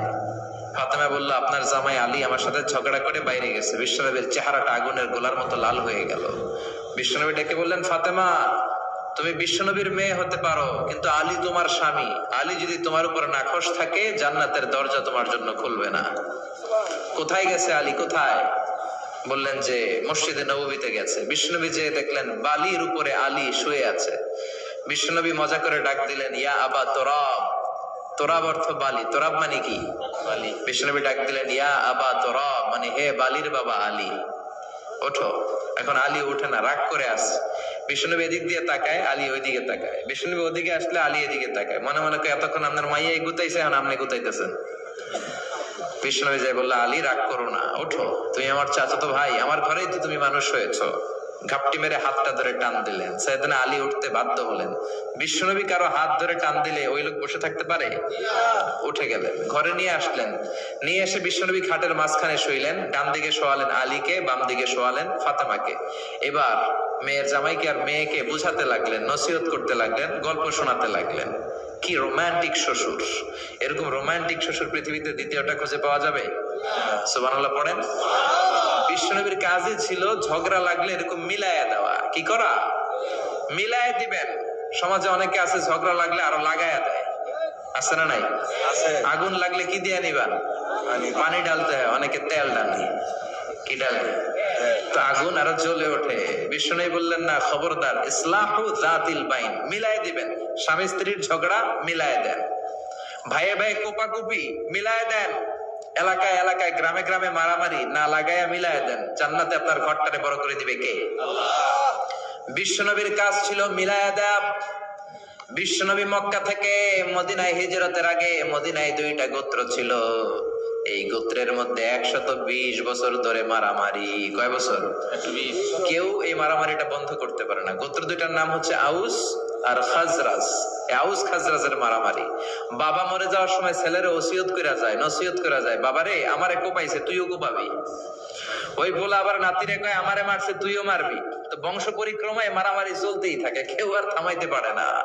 বিশ্বনবী মক্কা থেকে মদিনায় হিজরত করতে এসে মদিনায় বাসাবাড়ি করে 7 দিনের মাথায় 120 বছরের মারামারি থামায় দিলেন। কি নবী ছিল! মিলায় দিতেন। ফাসলিহু বাইনা আখাওয়াইকুম, ভাইয়ে ভাইয়ে মারামারি লাগলে মিলায় দাও। স্বামী স্ত্রীর ঝগড়া হলে মিলায়ে দিবেন। এজন্য মায়েরা, বোনেরা, বিশ্বনবী বলেছেন তাকফুরনাল আশিরা, মেয়েদের সবচেয়ে বড় একটা সমস্যা হচ্ছে স্বামীর নাশুকরি করে। স্বামী দিতে পারলে ভালো, দিতে না পারলে তুমি আমার জীবনে কিচ্ছু দাও নাই। এরকম আছে না নাই? স্বামী আর স্ত্রী বানায় যেজন মিস্ত্রি, সে বড় আজব কারিগর। ঠিক কি না? এজন্য এই সম্পর্কটা সাইয়েদনা আদম আর হাওয়া থেকে শুরু হয়েছে। কিয়ামত পর্যন্ত স্বামী আর স্ত্রীর এই সম্পর্কের মাধ্যমে গোটা বিশ্বটারে জারি রেখে দিয়েছে কে? তো এই জন্য নারীদের জন্য জান্নাতে যাওয়া সহজ, তারা যদি কিছু প্রসিডিউর মেনটেন করে। বিশ্বনবী বললেন, কোন নারী যদি 4টা কাজ করে, ওই নারীর জন্য 8টা জান্নাতের দরজা খুলে দিবে কে? আল মারআতু ইযা সাল্লাত খামসাহা সামাত শাহরাহা আতাআত বা'লাহা হাফিজাত ফুরুজাহা ফালতাদখুল মিন আইয়ি আবওয়াবিল জান্নাতি শাআত। মায়েরা ভালো করে শুনেন, যে নারী 5 ওয়াক্ত সালাত পড়বে, রমাদানের রোজা রাখবে, স্বামীর আনুগত্য করবে, লজ্জাস্থানের হেফাজত করবে, এই 4টা কাজ করলে আল্লাহ তাআলা তার জন্য 8টা জান্নাতের দরজা খুলে দিবেন। এজন্য বিশ্বনবীও কালেকশন করতেন। তো বিশ্বনবী বললেন, মহিলারা বেশি বেশি দান করো। এই কথা শোনার পরে মহিলারা দান করা শুরু করলো। কেউ নাকের ফুল, কেউ কানের দুল, কেউ হাতের বালা, কেউ পায়ের নপুর, কেউ গলার চেইন বিশ্বনবীর হাতে জিহাদের জন্য দান করতে শুরু করলেন। বিশ্বনবীর হাত কয়টা? একটা বলে 2টা। তো 2 হাতে বিশ্বনবী আর কয়টা নেবেন? আর নিতে পারে না। বেলালের বললেন, বেলাল তোমার চাদরটা নিয়ে আস। বেলাল এরকম চাদর নিয়ে ধরলেন। বিশ্বনবী কালেকশনের ওয়াজ শুরু করলেন। আর বেলাল কালেকশনের সব জিনিসপত্র গুছাতে লাগলো, কোন সুবহানাল্লাহ। এজন্য কালেকশন করাটাও সুন্নাত, তবে ওটা একটা লিমিটেশনের মধ্যে, একটা সৌন্দর্যের মধ্য দিয়ে। কিছু কিছু মাদ্রাসার ছেলে মেয়েদেরকে চাল ওঠানোর জন্য বাড়ি বাড়ি পাঠায়, আছে না নাই? এদের ছোটবেলা থেকে মানসিকতাগুলো নষ্ট করে দেওয়া হয়, কেমন করে অন্যের কাছে হাত পাতবে এটা শেখানো হয়। ইসলাম বলে আল ইয়াদুল উলিয়া খায়রুম মিন আল ইয়াদিস সুফলা, উপরের হাত নিচের হাতের চেয়ে উত্তম। যে দেয় আর যে নেয় তাদের মধ্যে সেরা, যে দেয়, চিল্লায় এখন ঠিক কিনা? আবার ইসলাম বলে দেওয়ার সময়ও ভারসাম্য করে দিবা, দেওয়ার সময় কিপটামি করা যাবে না, আবার ঘরে যা আছে সবও দিয়ে দেওয়া যাবে না, ঠিক কিনা? বিশ্বনবীর গায়ে একবার একটা জুব্বা, কয়টা? এক ভিক্ষুক এসে বলে, নবী আমার জুব্বা নাই, আমার জুব্বা দেন। দয়ার নবী, মায়ের নবী নিজের জুব্বাটা খুলে দিয়ে ওই ভিক্ষুকের হাতে তুলে দিলেন। এখন নবীর গায়ে কোনো জুব্বা নাই। বিশ্বনবী এখন ঘর থেকে বেরোতে পারে না, সাহাবারা এসে ঘরে নক করে, বিশ্বনবী বেরোতে পারে না। আল্লাহ আয়াত নাযিল করলেন, ওয়াল্লাযীনা ইযা আনফাকু লাম ইউসরিফু ওয়া লাম ইয়াকতুরু ওয়া কানা বাইনা যালিকা কওয়ামা। মুমিন বান্দাদের গুণাবলী, যখন দান করে কিপটামি করবে না, আবার অপচয়ও করবে না। এই আয়াত দিয়ে আল্লাহ বুঝাতে চাইলেন, নবীরে ধমক দিলেন, ও নবী, দুইটা জামা থাকলে একটা দিতেন, তিনটা থাকলে একটা দিতেন, একটা যখন ছিল এটা দিলেন কেন? এখন নিজে করবেন কি? সুবহানাল্লাহ কইবেন না? ইসলাম তো ব্যালেন্সড রে ভাই, ইসলাম ভারসাম্যপূর্ণ। ইসলামের সব বিধানগুলো আপনার সাথে স্যুট করবে, ম্যাচ করবে, এটা জীবন ঘনিষ্ঠ। ইসলামে এমন কোন বিধান দেয়া হয় নাই যেটা আপনার খারাপ লাগবে। অন্যান্য সব ধর্মের প্রতি শ্রদ্ধা রেখেই বলি, আমার ইসলাম যে আহকাম আমাদেরকে দিয়েছে এরকম বিধান কোন ধর্মের ভেতরে নাই, চিল্লা এখন ঠিক কিনা? হিন্দু ভাইদের প্রতি আমি শ্রদ্ধা রাখি, কারণ অনেক হিন্দু আমার মাহফিলে এসে কথা শুনে। হিন্দু ধর্মের একটা নিয়ম ছিল সতীদাহ প্রথা। স্বামী মারা গেলে ওয়াইফকেও স্বামীর সাথে বেঁধে আগুন দিয়ে জ্বালায় দাও, ছিল না নিয়মটা? রাজা রামমোহন রায় এসে এটা উঠায় দিল। হিন্দু ধর্মে এখনো একটা নিয়ম আছে, পাক্কা হিন্দু হইতে হলে আপনাকে গোমূত্র পান করতে হবে। লা ইলাহা ইল্লাল্লাহু মুহাম্মাদুর রাসূলুল্লাহ সাল্লাল্লাহু। হিন্দু ধর্মের একটা নিয়ম আছে, গরুর পেশাব খাওয়া লাগে, গরুর পেশাব খেতে হয়। আমরা কি পেশাব খাবো গরুর? 1 কোটি টাকা দিলে? 2 কোটি? 5 কোটি? না, এটা আমাদের রুচিতে হবে না। কি সুন্দর, আমাদের রুচিতে বাদে এমন কোন নিয়ম আল্লাহ দেয় নাই, সুবহানাল্লাহ। আবার আমাদের সেলফ ডিমান্ড, আমাদের ডিজায়ার, আমাদের চাহিদা, আমাদের মননশীলতাকেও ইসলাম গুরুত্ব দিয়েছে। বিশ্বনবী বললেন, ইযা জাআল ইশা ওয়াল আশা মা'আন ফাকদ্দিমুল আশা ক্বাবলা আল ইশা। ইসলামে রাতের নামাজকে বলে এশা, রাতের নামাজকে কি বলে? আর রাতের খাবারকে বলে আশা, কি বলে? ইসলাম বলে এশা আর আশা দুইটা যদি একসাথে আসে, এশার নামাজ রাখো, আগে আশা খাইয়া লও। সুবহানাল্লাহ। এশারও আজান হচ্ছে, গরম গরম বিরিয়ানি চলে আসছে, কি করবেন? আগে বিরিয়ানি খেয়ে নেবেন, আগে পেটটারে ঠান্ডা করবেন। তা না হলে বিরিয়ানির প্যাকেট রেখে দিয়ে যদি নামাজ পড়েন, নামাজের মধ্যে বিরিয়ানির চিন্তা আছে না নাই? সুবহানাল্লাহ কইবেন না? কি সুন্দর ইসলাম। ইযা জাআল আশা ওয়াল ইশা ফাকদ্দিমুল আশা ক্বাবলা আল ইশা, চিল্লায়ে পড়েন সুবহানাল্লাহ। এজন্য ইসলাম আছে যেখানে আমরা আছি, কোরআন আছে যেখানে আমরা আছি। কথা বলেছেন আলী আশরাফ সাহেব, কালেকশন করতেছিলেন, ওইখান থেকে এই কথাগুলো আসলো। যারাই দান করেছেন মসজিদের জন্য আল্লাহ কবুল করো। কথা বলেছেন হযরত মাওলানা মাহমুদ আবুল হাসান সাহেব, হযরত মাওলানা আবু হানিফ সাহেব, যারাই কথা বললেন নিঃসন্দেহে কোরআন সুন্নাহর আলোকে বলেছেন। আল্লাহ এই কথাগুলোর উপর আমাদেরকে আমল করার তৌফিক দাও। আজকের মাহফিলে এসে আমরা খুশি না বেজার? আসুন আমরা তাকবীর দিয়ে আমাদের এই খুশির ধারাবাহিকতা বজায় রাখি। আমি পড়বো লিল্লাহি তাকবীর, আপনারা আমার সাথে তাকবীর দিবেন, পড়বেন আল্লাহু আকবার। পড়েন লিল্লাহি তাকবীর, লিল্লাহি তাকবীর, লিল্লাহি তাকবীর। আসুন এই চমৎকার রজনীতে আমাদের দামি সময় নষ্ট না করে আমরা মহাবিশ্বের মহাবিশ্বয় মহাগ্রন্থ আল কোরআন থেকে কথা শুনি। এর কারণ কোরআন এমন বরকতময় কিতাব, এই কিতাবের একটা ভুলও আজ কেউ ধরে দেখাইতে পারে নাই, বরং ভুল ধরতে আসলে তার হেদায়েতের রাস্তা খুলে যায়, ঠিক কিনা? কেউ কোরআনের ভুল ধরতে পারে নাই, কোরআনকে সংশোধন করা যায় নাই, কোরআনের শত্রুতা করে এর বিরুদ্ধে ষড়যন্ত্র করে কেউ সফল হতে পারে নাই, চিল্লা এখন ঠিক কিনা? এজন্য রব্বুল আলামিন বলেন, এমন কিতাব একটা দিলাম, এই কিতাব তেলাওয়াত করলে হৃদয়টারে ঠান্ডা করে দেয় কে? ইমান বাড়িয়ে দেয় কে? ওয়াইযা তুলিয়াত আলাইহিম আয়াতুহু যাদাতহুম ঈমানা। মুমিন বান্দাদের সামনে কোরআনের তেলাওয়াত করলে ঈমান বাড়ায় দেয় কে? শুধু মুমিনদের ঈমান বাড়ায় না, কাফেরদের সামনে তেলাওয়াত করলে কাফেরদের কলিজাও ঠান্ডা হয়ে যায়। সুবহানাল্লাহ পড়েন। মিশরের একজন কারি ছিল, কারি আব্দুল বাসেত ইবনে আব্দুস সামাদ। ওনাকে নিয়ে মিশরের প্রেসিডেন্ট জামাল আব্দুল নাসের রাশিয়াতে একটা সফর করলো। তখন আবার রাশিয়ার নাম ছিল সোভিয়েত ইউনিয়ন। কি ছিল? Soviet union. এখন হয়েছে রাশিয়া। বিশাল মন্ত্রী পরিষদের বহন নিয়ে গেল। রাশিয়ার প্রেসিডেন্ট মিশরের প্রেসিডেন্টকে লাল গালিচার সংবর্ধনা দিয়ে ওয়েলকাম করলো। এবার মিশরের প্রেসিডেন্ট তার মন্ত্রী পরিষদকে পরিচয় করায় দিচ্ছে যে এটা হচ্ছে আমার হোম মিনিস্টার, এটা আমার এডুকেশন মিনিস্টার, এটা আমার ফিনান্স মিনিস্টার। তো সবাইকে পরিচয় করে দেওয়ার পরে ওনার সাথে যে মিশরের কারি আব্দুল বাসেতের দিকে তাকিয়ে রাশিয়ার প্রেসিডেন্ট বলে, এইটা আবার কোন মন্ত্রী? এটা হোমমন্ত্রী, এটা শিক্ষামন্ত্রী, এটা অর্থমন্ত্রী, এই যে জুব্বা পরা এই লোকটা, এটা আবার কোন মন্ত্রী? তো মিশরের প্রেসিডেন্ট বলে, এটা আমাদের কোন মন্ত্রী না, এটা আমগো কারি। এটা কি কারি? এরা কি কারি কি বুঝে? এরা বলতেছে কারি আবার কি? তো মিশরের প্রেসিডেন্ট জামাল আব্দুল নাসের বলে, he is the reciter of our holy book Quran. তিনি আমাদের ধর্মীয় গ্রন্থ কোরআন তেলাওয়াত করে আমাদেরকে শোনায়। আমরা আমাদের বিভিন্ন প্রোগ্রামে ওনাকে ইনভাইট করি, উনি আমাদের ধর্মীয় গ্রন্থ আবৃত্তি করে শোনায়। তো রাশিয়ার প্রেসিডেন্ট বলে, তোমাদের ধর্মগ্রন্থ আবৃত্তি করে শোনায় তোমাদের প্রোগ্রামে? আজকে রাতেও তো আমাদের জাতীয় প্রোগ্রাম, একটা বড় প্রোগ্রাম আছে, যেই প্রোগ্রামে আমরা সবাই মদ খাবো আর বেলি ড্যান্স দেখবো। কোমর দুলানো ডান্স, রূপবানে নাচে কোমর দুলাইয়া, এই কোমর দুলানো ডান্স আমরা দেখবো। তো তুমি যদি বলো আজকের এই ডান্স বন্ধ করে আমরা তোমাদের কারি সাহেবের কাছ থেকে তেলাওয়াত শুনতে পারি। জামাল আব্দুল নাসের বললো, ঠিক আছে তাই করেন, ডান্স বন্ধ করে দেন। তো রাশিয়ার প্রেসিডেন্ট কয়, ওকে ডান, দ্য ডিসিশন ইজ ফাইনাল। আজকে রাতে কোমর দুলানো নৃত্য হবে না, আজকে তোমাদের কারি সাহেবের তেলাওয়াত শুনবো আর মদ খাবো। কি খাবো? ড্যান্স বন্ধ করছে, মাগার মদ বন্ধ করে নেই। তো আব্দুল বাসেদ রাজি হলেন, ওনাকে নিয়ে যাওয়া হলো, সিঙ্গাররা গিটার দিয়ে যেখানে গান গায় ওখানে বসানো হলো ওনারে। আর সবার হাতে মদ, হুইস্কি, রেড ওয়াইন, অ্যালকোহল নিয়ে বসেছে যে মদ খাবে। রাতে এরা মদ খায়, এক প্যাক না খেলে এদের ঘুম হয় না।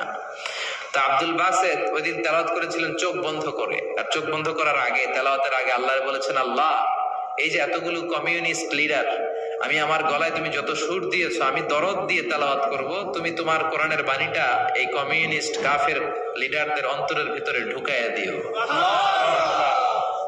সবাই মদ নিয়ে রেডি। উনি শুরু করলেন আউযু বিল্লাহি মিনাশ শাইতানির রাজিম বলে তেলাওয়াত শুরু করলেন।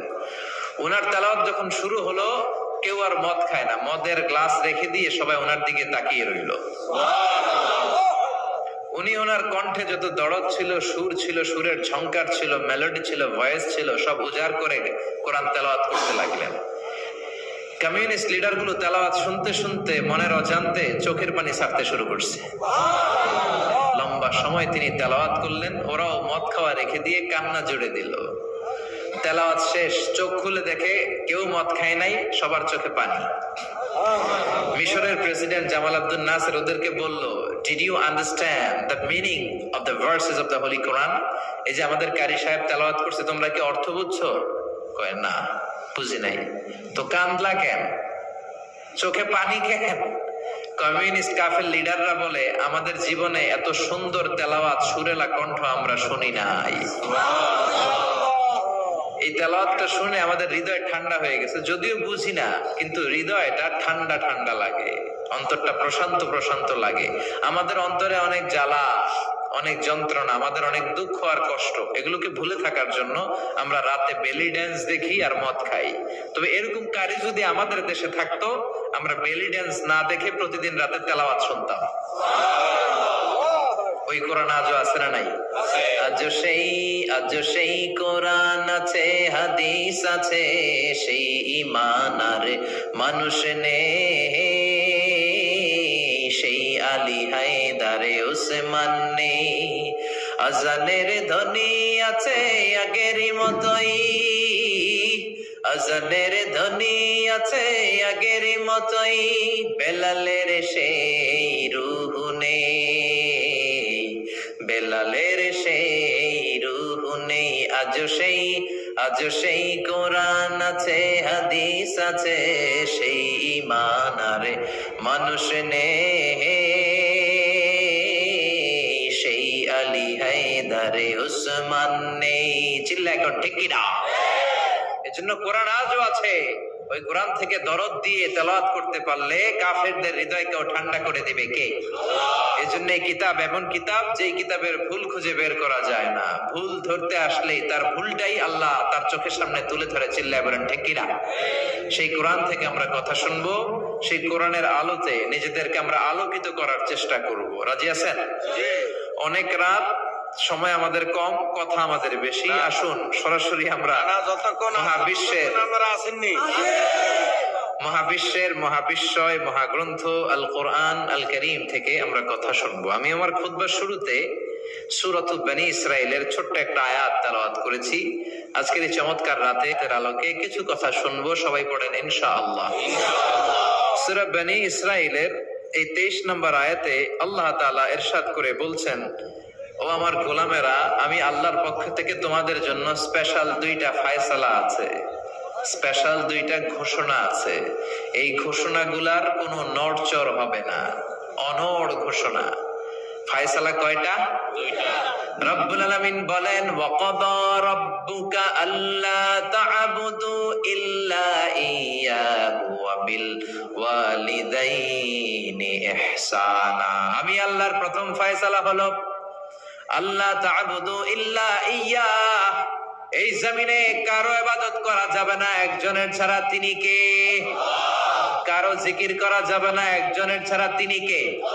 কাউকে সেজদা দেয়া যাবে না একজনকে ছাড়া, তিনি কে? এখন আপনি যদি মসজিদেও সেজদা দেন, মাজারেও সেজদা দেন, তাহলে কি আপনি আল্লাহর বান্দা হতে পারলেন নাকি?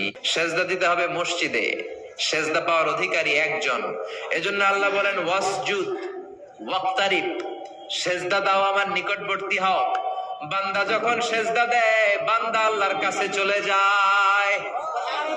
দেখা যায় মসজিদের মধ্যে সেজদা পড়ে, কার্পেটের মধ্যে সেজদা পড়ে, জায়নামাজে পড়ে। আল্লাহ বলে, না, জায়নামাজে পড়ে নাই, আমি আল্লাহর কুদরতি পায়ের উপরে তোর সেজদাটা পড়েছে। এজন্য সেজদা দেওয়ার দরকার আছে না নাই? যারা সেজদা দেয় তাদের সাথে কোরআনের আইন বাস্তবায়নের দরকার আছে না নাই? এজন্য আল্লাহ বললেন, আমার ফায়সালা 2টা। জোরে বলেন কয়টা? 1 নম্বর ফায়সালা, আল্লাহ তা'বুদু ইল্লা ইয়্যা, এক আল্লাহ ছাড়া অন্য কারো ইবাদত করা যাবে না। আল্লাহ বললেন, জিন জাতি আর মানব জাতি, এই 2টা জাতিকে আমি তৈরি করেছি শুধুমাত্র আমার ইবাদতের জন্য। কার কথা? আমা খালাকাতুল জিন্না ওয়াল ইনসা ইল্লা লিয়া'বুদুন। জিন জাতি এবং মানব জাতিকে আমি তৈরি করলাম আমার ইবাদতের জন্য। কার ইবাদত? ডাকবেন কারে? নাকি খাজা বাবারে? কেউ ফিরে না খালি হাতে, খাজারে তোর দরবারেতে, বলে না?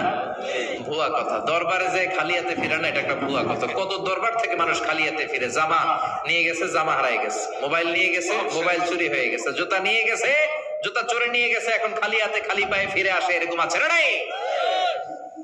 একটা দরবার থেকে কেউ কোনোদিন খালি হাতে ফিরে না। দরবারটা কার দরবার?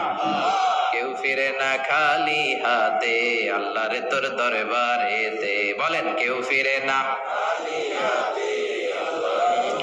আমরা নামাজে আল্লাহরে বলি, আল্লাহ ইহদিনাস সিরাতাল মুস্তাকিম, আমাদেরকে আপনি সিরাতুল মুস্তাকিম দেন। বলি কি বলি না?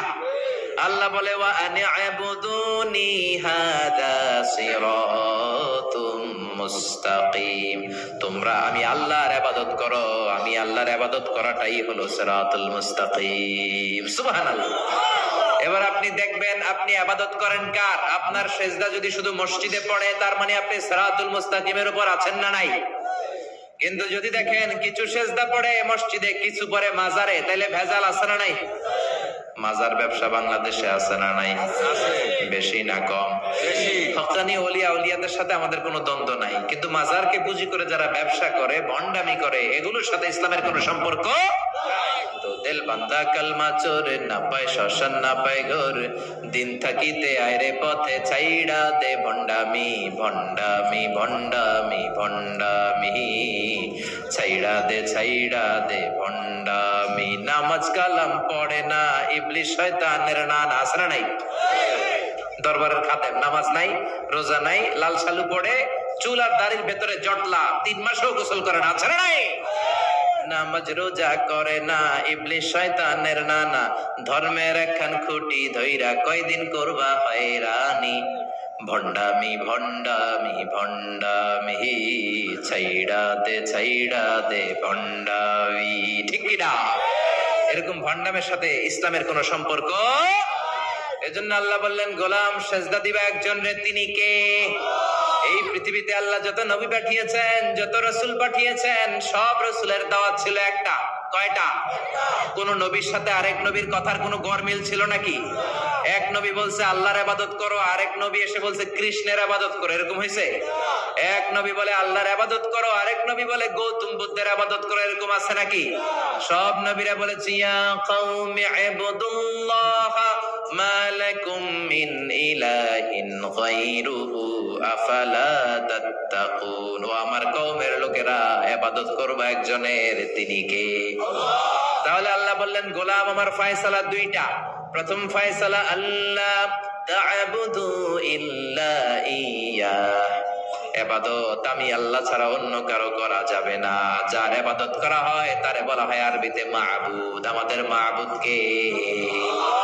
আমাদের মাবুদ হচ্ছে আল্লাহ। তাহলে আল্লাহর প্রথম ফয়সালা, ইবাদতের হকদার, ইবাদত পাওয়ার উপযুক্ত মহাবিশ্বে কেবল একজন সত্তা, তিনি কে? আল্লাহর এই ফয়সালার সাথে, সিদ্ধান্তের সাথে আপনার একমত? দ্বিমত নাই কেউ? কেউ নাই? তাহলে দ্বিতীয় ফয়সালাটা শুনি। হ্যাঁ, আল্লাহ বললেন ওয়াবিল ওয়ালিদাইনি ইহসানা। আমি আল্লাহর প্রথম ফয়সালা, আমি ছাড়া কারো ইবাদত চলবে না। আমি আল্লাহর দ্বিতীয় ফয়সালা, মাতা পিতার সাথে তোমরা ইহসান করবা, মাতা পিতার সাথে ভালো আচরণ করবা, মাতা পিতার কাছ থেকে দোয়া নিবা। আল্লাহর দ্বিতীয় ফয়সালা মা বাবাকে নিয়ে, প্রথম ফয়সালা আল্লাহকে নিয়ে। স্বয়ং আল্লাহর ব্যাপারে আল্লাহ বললেন আমার ইবাদত ছাড়া অন্য কারো ইবাদত চলবে না। দ্বিতীয় ফয়সালা বললেন আমার ইবাদতের পরেই যেই বড় ফরজটা তোমাদের উপর আমি চাপিয়ে দিলাম, মাতা পিতার খেদমত। চিল্লায় এখন আল্লাহু আকবার। আল্লাহর ইবাদত করা যেমনি ফরজ, মা বাবার খেদমত করা ফরজ করেছে কে? নাকি মা বাবার খেদমত নফল, নাকি অপশনাল? এটা কেউ কম্পালসারি করেছে কে? মা বাবা আপনার সবচেয়ে বড় পীর, মা বাবা আপনার সবচেয়ে বড় দামি জিনিস। এই পৃথিবীর সব আল্লাহর ওলিগুলা যদি কোরআন খতম করে একটা গ্লাসের পানির মধ্যে ফু দেয়, আর আপনার জনম দুঃখিনী মা যদি শুধু বিসমিল্লাহ পড়ে আরেকটা গ্লাসের পানির মধ্যে ফু দেয়, আল্লাহর কসম আপনার মায়ের দোয়াটা আগে আগে কবুল হয়ে যাবে। ও মা তুমি এই ধরনের শ্রেষ্ঠ নেয়ামত, তোমারই পদতলে রয়েছে জান্নাত। ও গো মা তুমি এই ধরনের শ্রেষ্ঠ নেয়ামত, তোমারই পদতলে রয়েছে জান্নাত। ঠিক কিনা? এজন্য আল্লাহ বললেন প্রথম ফয়সালা আমি আল্লাহর ইবাদত করবা, দ্বিতীয় ফয়সালা মা বাবার সাথে ইহসান করবা। কি করবা? ইহসান। সবাই বলেন। এগুলো কোরআনে বর্ণিত টার্মিনোলজি, মানে পরিভাষা, এগুলো মুখস্থ করবেন। দুনিয়াতে কত পরিভাষা মুখস্থ করছেন, কত জ্যামিতির সূত্র মুখস্থ করেছেন, কত ইংরেজি ভাব সম্প্রসারণ মুখস্থ করেছেন, কিন্তু কোরআনের কথাগুলো মানুষ শুনতে চায় না। মাতা পিতার প্রতি আমরা সবাই আজকে থেকে ইহসান করব। কি করব? আমরা বললাম আল্লাহ ইহসান কি? ইহসানের ব্যাখ্যা দেন। আল্লাহ নিজেই কোরআনে ইহসানের ব্যাখ্যা দিলেন, ইম্মা يبلغن عندك الكبر أحدهما أو كلاهما فلا تقل لهما أف। ইহসানের ব্যাখ্যা হলো, আল্লাহ বললেন ইহসানের ব্যাখ্যা কি? শোনো শোনো। ইহসানের 5টা ব্যাখ্যা আল্লাহ দিলেন। প্রথম ব্যাখ্যা হলো মা বাবা যখন বার্ধক্যে উপনীত হয়, মা বাবার বয়স যখন 60 হয় 70 হয়, তখন তাদের কোনো কর্মকাণ্ডের কারণে ছেলে মেয়ে হিসেবে নাক ছিটকানো যাবে না, উফ শব্দটাও করা যাবে না। কার কথা? মা বাবা আমাদের অনেকেরই বয়স হয়ে গেছে 60-70, আছে না নাই? বিছানায় পড়া, তাদের কোনো কাজে, তাদের কোনো আচরণে নাক ছিটকানো যাবে না? জোরে বলেন। আল্লাহ বলে খবরদার, নাক ছিটকানো তো দূরের কথা, উফ আহ কি যন্ত্রণা, এই কথাটাও বলা যাবে না। ঠিক কি না? এর কারণ আমরা যখন ছোট ছিলাম আমরা কম জ্বালাতন করি নাই। আমরা যখন ছোট ছিলাম কম কষ্ট মায়েরে দেই নাই। আপনার কত বছর আগের ঘটনা খেলা আছে? আপনার বয়স যখন 3, কি হয়েছিল? খেলা আছে তো 3 বছরের কথা যদি আপনার খেলা না থাকে, আপনার বয়স যখন 2 ছিল কি জ্বালাতন করছেন মনে আছে? বয়স যখন ছিল 1 তখন তো আরো বেশি জ্বালাইছেন, তখন তো আমরা আরো বেশি জ্বালিয়েছি, ঠিক কি না? আল্লাহ বলেন তোমরাও কম জ্বালাও নাই, পেশাব পায়খানা করে ঘর ভাড়ায় দিতা, শীতের রাতে বিছানা ঠান্ডা করে দিতা, ডান দিকে নিয়ে তোমার মা তোমার সাথে ঘুমালো, ডান দিকে পেশাব করে ভিজিয়ে দিয়েছো, তোমার মা তোমার ঘর থেকে বের করে দেয় নাই। বাম দিকে আদর করে রেখেছে, বাম দিকে পেশাব করে ভিজিয়ে দিয়েছো, তারপরে তোমার মা লাথি মেরে তোমার ঘর থেকে বের করে দেয় নাই। শীতের রাতে তোমার মা তোমার বুকে নিয়ে ঘুমালো, কনকনে মাঘ মাসের শীতের রাত, পেশাব করে মায়ের জামাটা ভিজিয়ে দিয়েছো। রাত 3টার দিকে মা উঠে জামাটা চেঞ্জ করে নতুন জামা পরে তোমারে কোলে নিয়ে ঘুমিয়েছে, তোমারে ঘর থেকে তাড়িয়ে দিয়েছে নাকি? জোরে বলেন না। মা তোমারে ঘর থেকে বের করে নাই, তাড়ায় দেয় নাই, এতিমখানায় ফেলে আসে নাই, রাস্তায় ফেলে আসে নাই। যেই মা বাবা তোমাদেরকে এত যত্ন করলো, এত আদর করলো, তাদের বার্ধক্যে কোনো কাজের কারণে নাক ছিটকাবা না, তাদেরকে তোমরা বৃদ্ধাশ্রমে দিয়ে আসবা না। কার কথা? বৃদ্ধাশ্রম বাংলাদেশে আছে না নাই? ছেলে আমার মস্ত মানুষ, মস্ত অফিসার, মস্ত ফ্ল্যাটে যায় না দেখা এপারে ওপার, নানান রকম জিনিস আর আসবাব দামি দামি, সবচেয়ে কম দামি ছিলাম একে মাত্র আমি। ছেলের আবার আমার প্রতি অগাধ সম্ভ্রম, আমার ঠিকানা তাই বৃদ্ধাশ্রম, ঠিক কিনা? মা কেঁদে কেঁদে বৃদ্ধাশ্রমে বালিশ ভিজায়। ছোটবেলা ওই মারে কত যন্ত্রণা দিলা, কষ্ট দিলা, আজকে মনে নাই?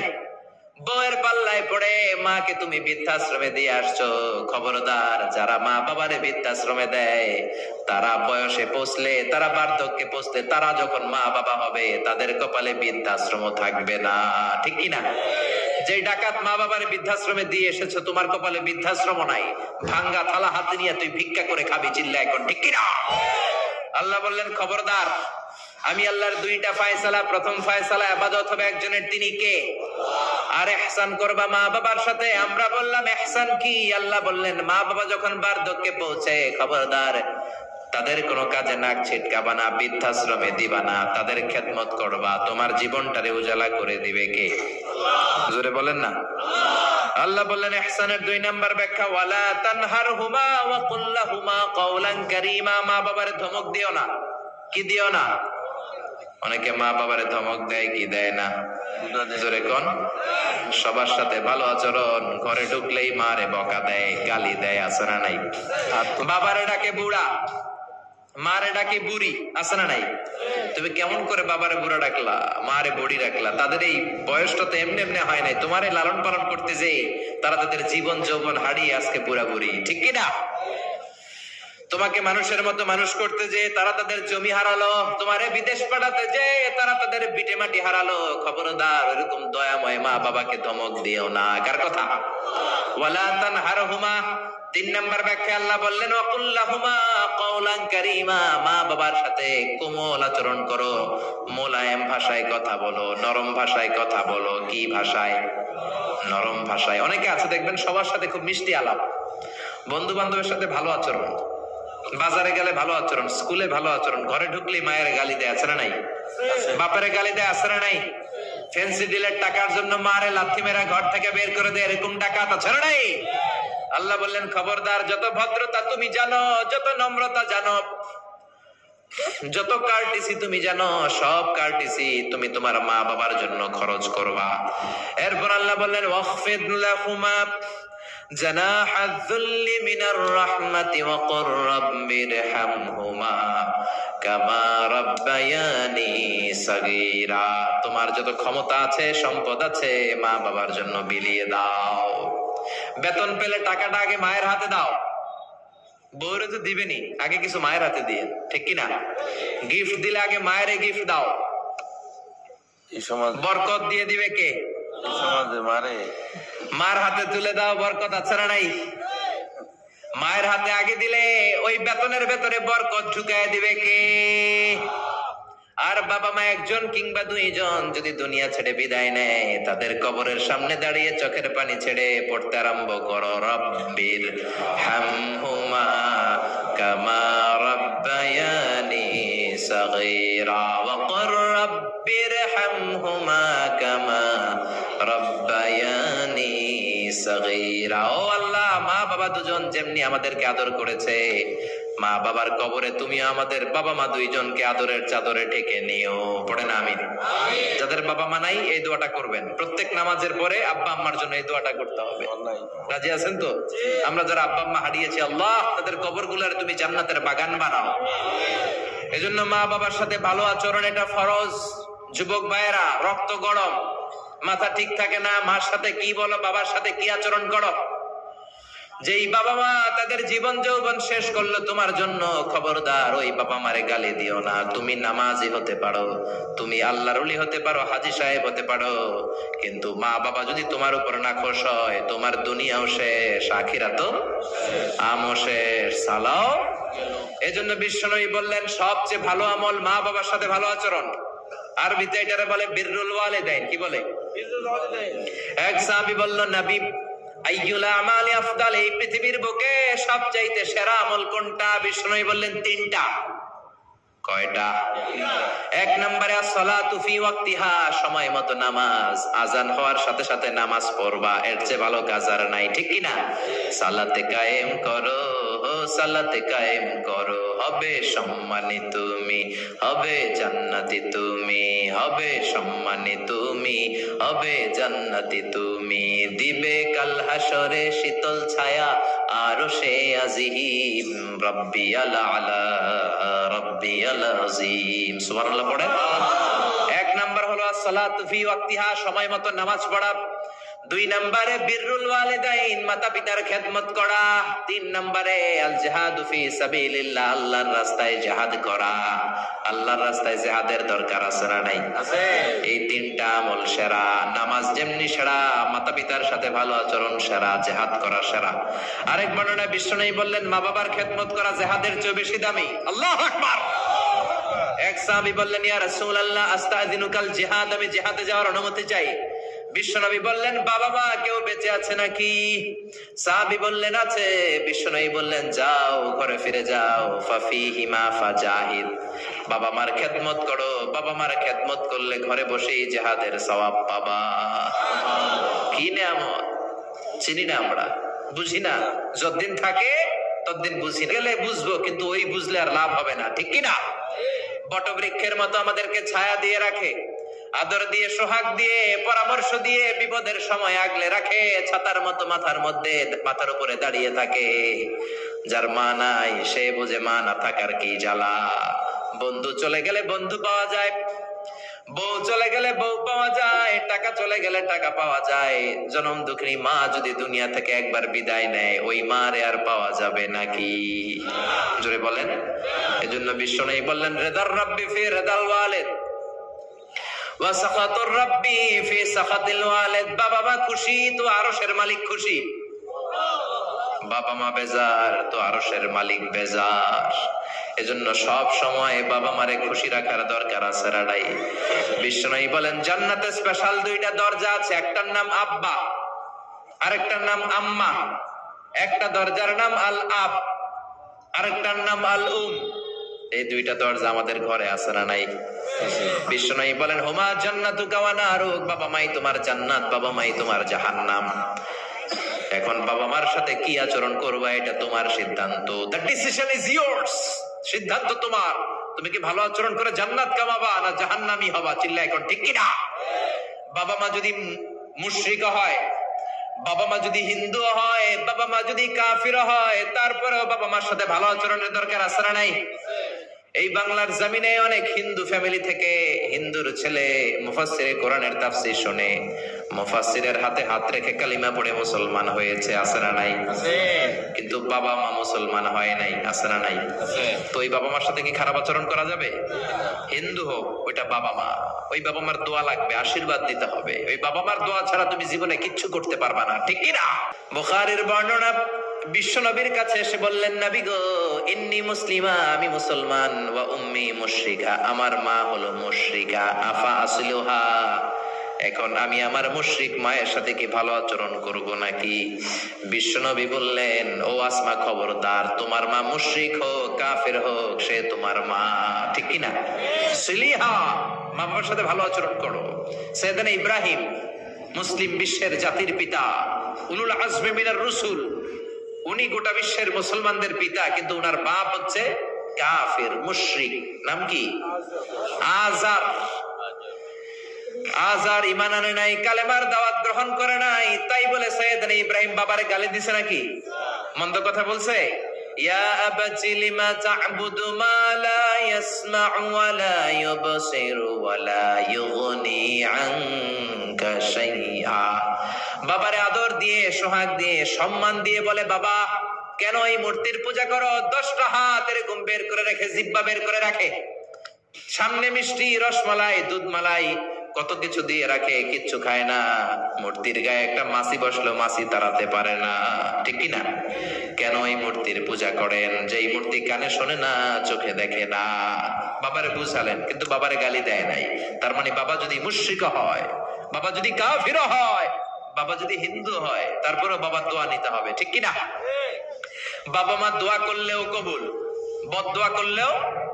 শুধু দোয়া করলে যদি কবুল হইতো তাইলে তেমন ঝামেলা ছিল না, দোয়া করে না তো কি হয়েছে? কিন্তু বদদোয়া করলেও তো কবুল। দোয়া করে না, যদি বদদোয়া করে মুসিবত আছে না নাই? বাবা মার ছেলে মেয়েদের দৃষ্টান্ত তরমুজ আর ছুরির মতো। বাবা মা হলো ছুরি, ছেলে মেয়ে তরমুজ। তরমুজ নিচে রেখে উপর থেকে ছুরি মারলে তরমুজ কেটে যায়, আবার ছুরি নিচে ধরে রেখে উপর থেকে তরমুজ ফেললেও তরমুজ কেটে যায়।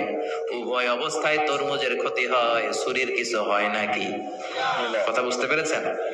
এজন্য বাবা মা অনেক বড় নেয়ামত। বিশ্বনবী বললেন, 3 জিনিসের দিকে নজর করা মাত্রই সওয়াব দেয় কে?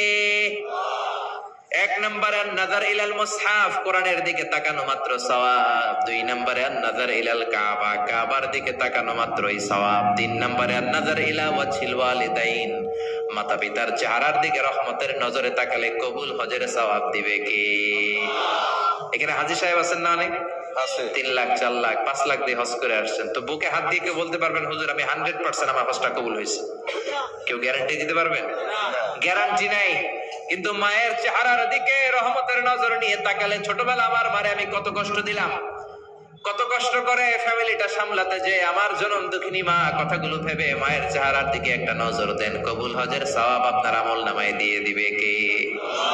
এক সাহাবী বললেন, নবী ওয়ালাউ মি আমাররা, যদি আমি দিনে 100 বার তাকাই তাহলে কি 100টা কবুল হজের সওয়াব হবে নাকি? বিশ্বনবী বললেন, নাম, ওয়ালাউ মি আমাররা, 100 বার যদি রহমতের নজরে তাকাও 100টা কবুল হজের সওয়াব হয়ে যাবে।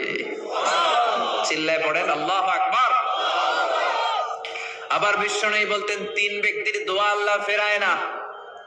সালাসু দাওয়াতিন মুস্তাজাবা লা শাক্কা ফিহিন্না, 3টা দোয়া করলেই কবুল। 1 নম্বরে দাওয়াতুস সাইম, রোজাদার ব্যক্তি দোয়া করলে কবুল করে কে? 2 নম্বর দাওয়াতুল মুসাফির, মুসাফির দোয়া করলে কবুল করে কে? 3 নম্বর দাওয়াতুল ওয়ালিদাইনি লিওয়ালাদিহি, মাতা পিতার দোয়া ছেলে মেয়েদের জন্য কবুল করে কে? মাতা পিতার দোয়াও কবুল, বদদোয়াও। যুবক ভাইরা সাবধান, বদদোয়াও কবুল। বুখারীর বর্ণনা, বনি ইসরাইলের একজন বড় আবিদ ছিল, নাম জুরাইজ। কি নাম? সবাই বলেন, আরো জোরে বলেন, কি নাম? জুরাইজ অনেক বড় আল্লাহর ওলি, পাহাড়ের উপরে তার বাড়ি। সারা রাত তাহাজ্জুদ গুজার হয়। তার গির্জার পাশে তার মায়ের ঘর। তাহাজ্জুদ গুজার হতে হতে বড় আল্লাহর ওলি হয়েছে। তাহাজ্জুদ পড়া ছাড়া ওলি হওয়া যায় নাকি? জোরে বলেন। আমিনাল লাইলি ফাতাহাজ্জাদ বিহি নাফিলাতাল লাকা আসা আইয়াবাসাকা রাব্বুকা মাকামাম মাহমুদা। তাহাজ্জুদের নামাজ পড়লে আপনার মর্যাদা বাড়িয়ে দিবে কে? আল্লাহ। উনি প্রতি রাতে তাহাজ্জুদ পড়তেন। শুনতেছেন? জিমানি আসছে আপনাদের? প্রতি রাতে তাহাজ্জুদ পড়তেন। একদিন তাহাজ্জুদের নামাজে দাঁড়ালেন, আল্লাহু আকবার। ইন দ্য মিন টাইম উনার মা পাশের ঘর থেকে ডাক দিয়েছে, বাবা জুরাইজ, ইয়া জুরাইজ আশরিবনি মোয়া, আমার একটু পানি খাওয়া। কি খাওয়া? রাতের বেলা মাঝে মাঝে বয়স্কদের পানির তৃষ্ণা লাগে না? ও বাবা পানি খাওয়া। জুরাইজ মনে মনে ভাবে, হায় হায় আমি তো নামাজে দাঁড়ানো, নামাজ পড়বো নাকি, মারে পানি খাওয়াবো। মনে মনে ভাবলো নামাজটা শেষ করে নেই, তারপরে মায়ের কাছে যাই।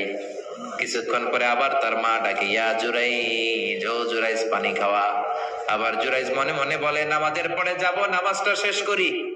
কিছুক্ষণ পরে আবার মা ডেকে ওঠে, জুরাইজ। জুরাইজ মনে মনে ভাবে এই তো নামাজ শেষ, এখনই যাব, এখনই আমার জনম দুঃখিনী মারে পানি খাওয়াবো। কিন্তু মায়ের সহ্য হয় নাই, মায়ের মনে কষ্ট চলে আসছে। মা তার অন্তরে ব্যথা পেয়ে বদদোয়া করে ফেলছে। কবুল করে নিছে কে? আল্লাহ। আপনার আল্লাহর ওলি না মুফাসসিরে কোরআন না হাফেজে কোরআন, ইট ডাজন্ট ম্যাটার, এটা কোনো বড় বিষয় না। মা হাত তুলে কিছু কইলেই গো সুবহানাল্লাহ কইতে পারলেন না? বুলেট মারলে মিস হয়, ড্রোন হামলা করলে মিস হয়, মিসাইল মারলে মিস হয়, আণবিক বোমা মারলে মাঝে মাঝে মিস হয়। মায়ের দোয়া মিস হয় নাকি? জোরে বলেন। দোয়া করা মাত্র, দোয়া কিংবা বদদোয়া মুহূর্তেই কবুল করে নেয় কে? মা বদদোয়া করলেন। বুখারীর বর্ণনা, আল্লাহুম্মা লা তুমিতহু ইল্লা আন তুরিয়াহুল মুমিসাত। ও আল্লাহ, বেশ্যা নারীর ফিতনায় না ফেলে জুরাইজকে মেরো না। কবুল করলো কে? আল্লাহ। 3 দিন পর এক বেশ্যা নারী এসে হাজির। দরজায় নক করতে শুরু করেছে। জুরাইজ দরজা খুললো। খোলার পরে বেশ্যা নারী বলে, দেখো আমি কত সুন্দরী, অনন্যা, সুস্নিগ্ধা, প্রিয়ংবদা, সুহাসিনী, সুকেশিনী, অসূর্যম পশ্যা, কাক পক্ষী টের পাবে না, পৃথিবীর কেউ দেখবে না, চলো আমরা অপকর্মে লিপ্ত হই। জুরাইজ বলে, মাআদাল্লাহ, আমি আল্লাহরে ভয় পাই, আমার এইখান থেকে দূর হয়ে যাও। জুরাইজের কাছে সুবিধা করতে পারে নাই। না পেরে বেশ্যা পাহাড় থেকে নেমে এসে দেখে এক রাখাল সারাদিন ছাগল চড়ানোর পর ক্লান্ত শ্রান্ত হয়ে ঘুমাইতেছে। রাখাল রে উঠায় বলে, দেখো আমি সুন্দরী, রাখালকে পাইছি ধরে। রাখাল রাজি হয়ে গেছে। বেশ্যার রাখাল মিলে জিনা ব্যভিচার করেছে, অপকর্মে লিপ্ত হয়েছে, অবৈধ শারীরিক সম্পর্কে জড়িত হয়েছে। তাদের এই অবৈধ সম্পর্কের ফলে বেশ্যার পেটের ভেতরে বাচ্চা দিয়ে দিছে কে? দিন যায়, মাস আসে, মাস গড়িয়ে মাস আসে, বছর আসে, 3 মাস পরে বেশ্যার পেটটারে এত উঁচা করে দিছে কে? এলাকার লোকেরা ধরছে, কিরে তোর তো বিয়ে হয় নাই, বাচ্চা পাইলি কই? প্রশ্ন আছে না নাই? You didn't get married yet. From where did you get the baby? বাচ্চা পেলি কোথায়? তোর স্বামী নাই, তোর বিয়ে হয় নাই, তোরে তো আমরা চিনি এলাকার মেয়ে, বাবু পেলি কই? তোর পেট বড় হইলো কেন?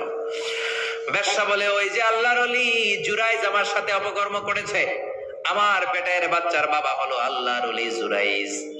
কথাটা কি সত্য না অসত্য? মিথ্যা। কত পার্সেন্ট মিথ্যা? 100% মিথ্যা। সবাই কয়, কিরে জুরাইজ, এতদিন ভাবতাম তুই আল্লাহর ওলি, এখন দেই ভণ্ড। উপর দিয়ে ফিটফাট, ভিতর দিয়ে সদরঘাট, তোর সদরঘাট আজকে খুলতেছি। এলাকার লোকেরা লাঠি চোটা নিয়ে ওর গির্জার উপরে যে সবাই ধরছে, কিরে তোর উপর মে পাক সাফ, আন্দার মে খালাত মালাত, তোর বাইরে এত বড় লম্বা জুব্বার, ভিতরে এত ভেজাল, ঘটনা কি? এত ঝামেলা কেন তোর ভিতরে? সবাই মিলে গির্জা ভেঙে জুরাইজকে রশি দিয়ে বেঁধে জামিনে নিয়ে আসছে। জুরাইজ কয়, আমার অপরাধ কি? অপরাধটা বলো। সবাই বলে, তুই অপকর্ম করেছিস সেই বেশ্যার সাথে। জুরাইজ কয়, মাফ চাই, দোয়াও চাই, আমি তো এই বেশ্যারে চিনি না।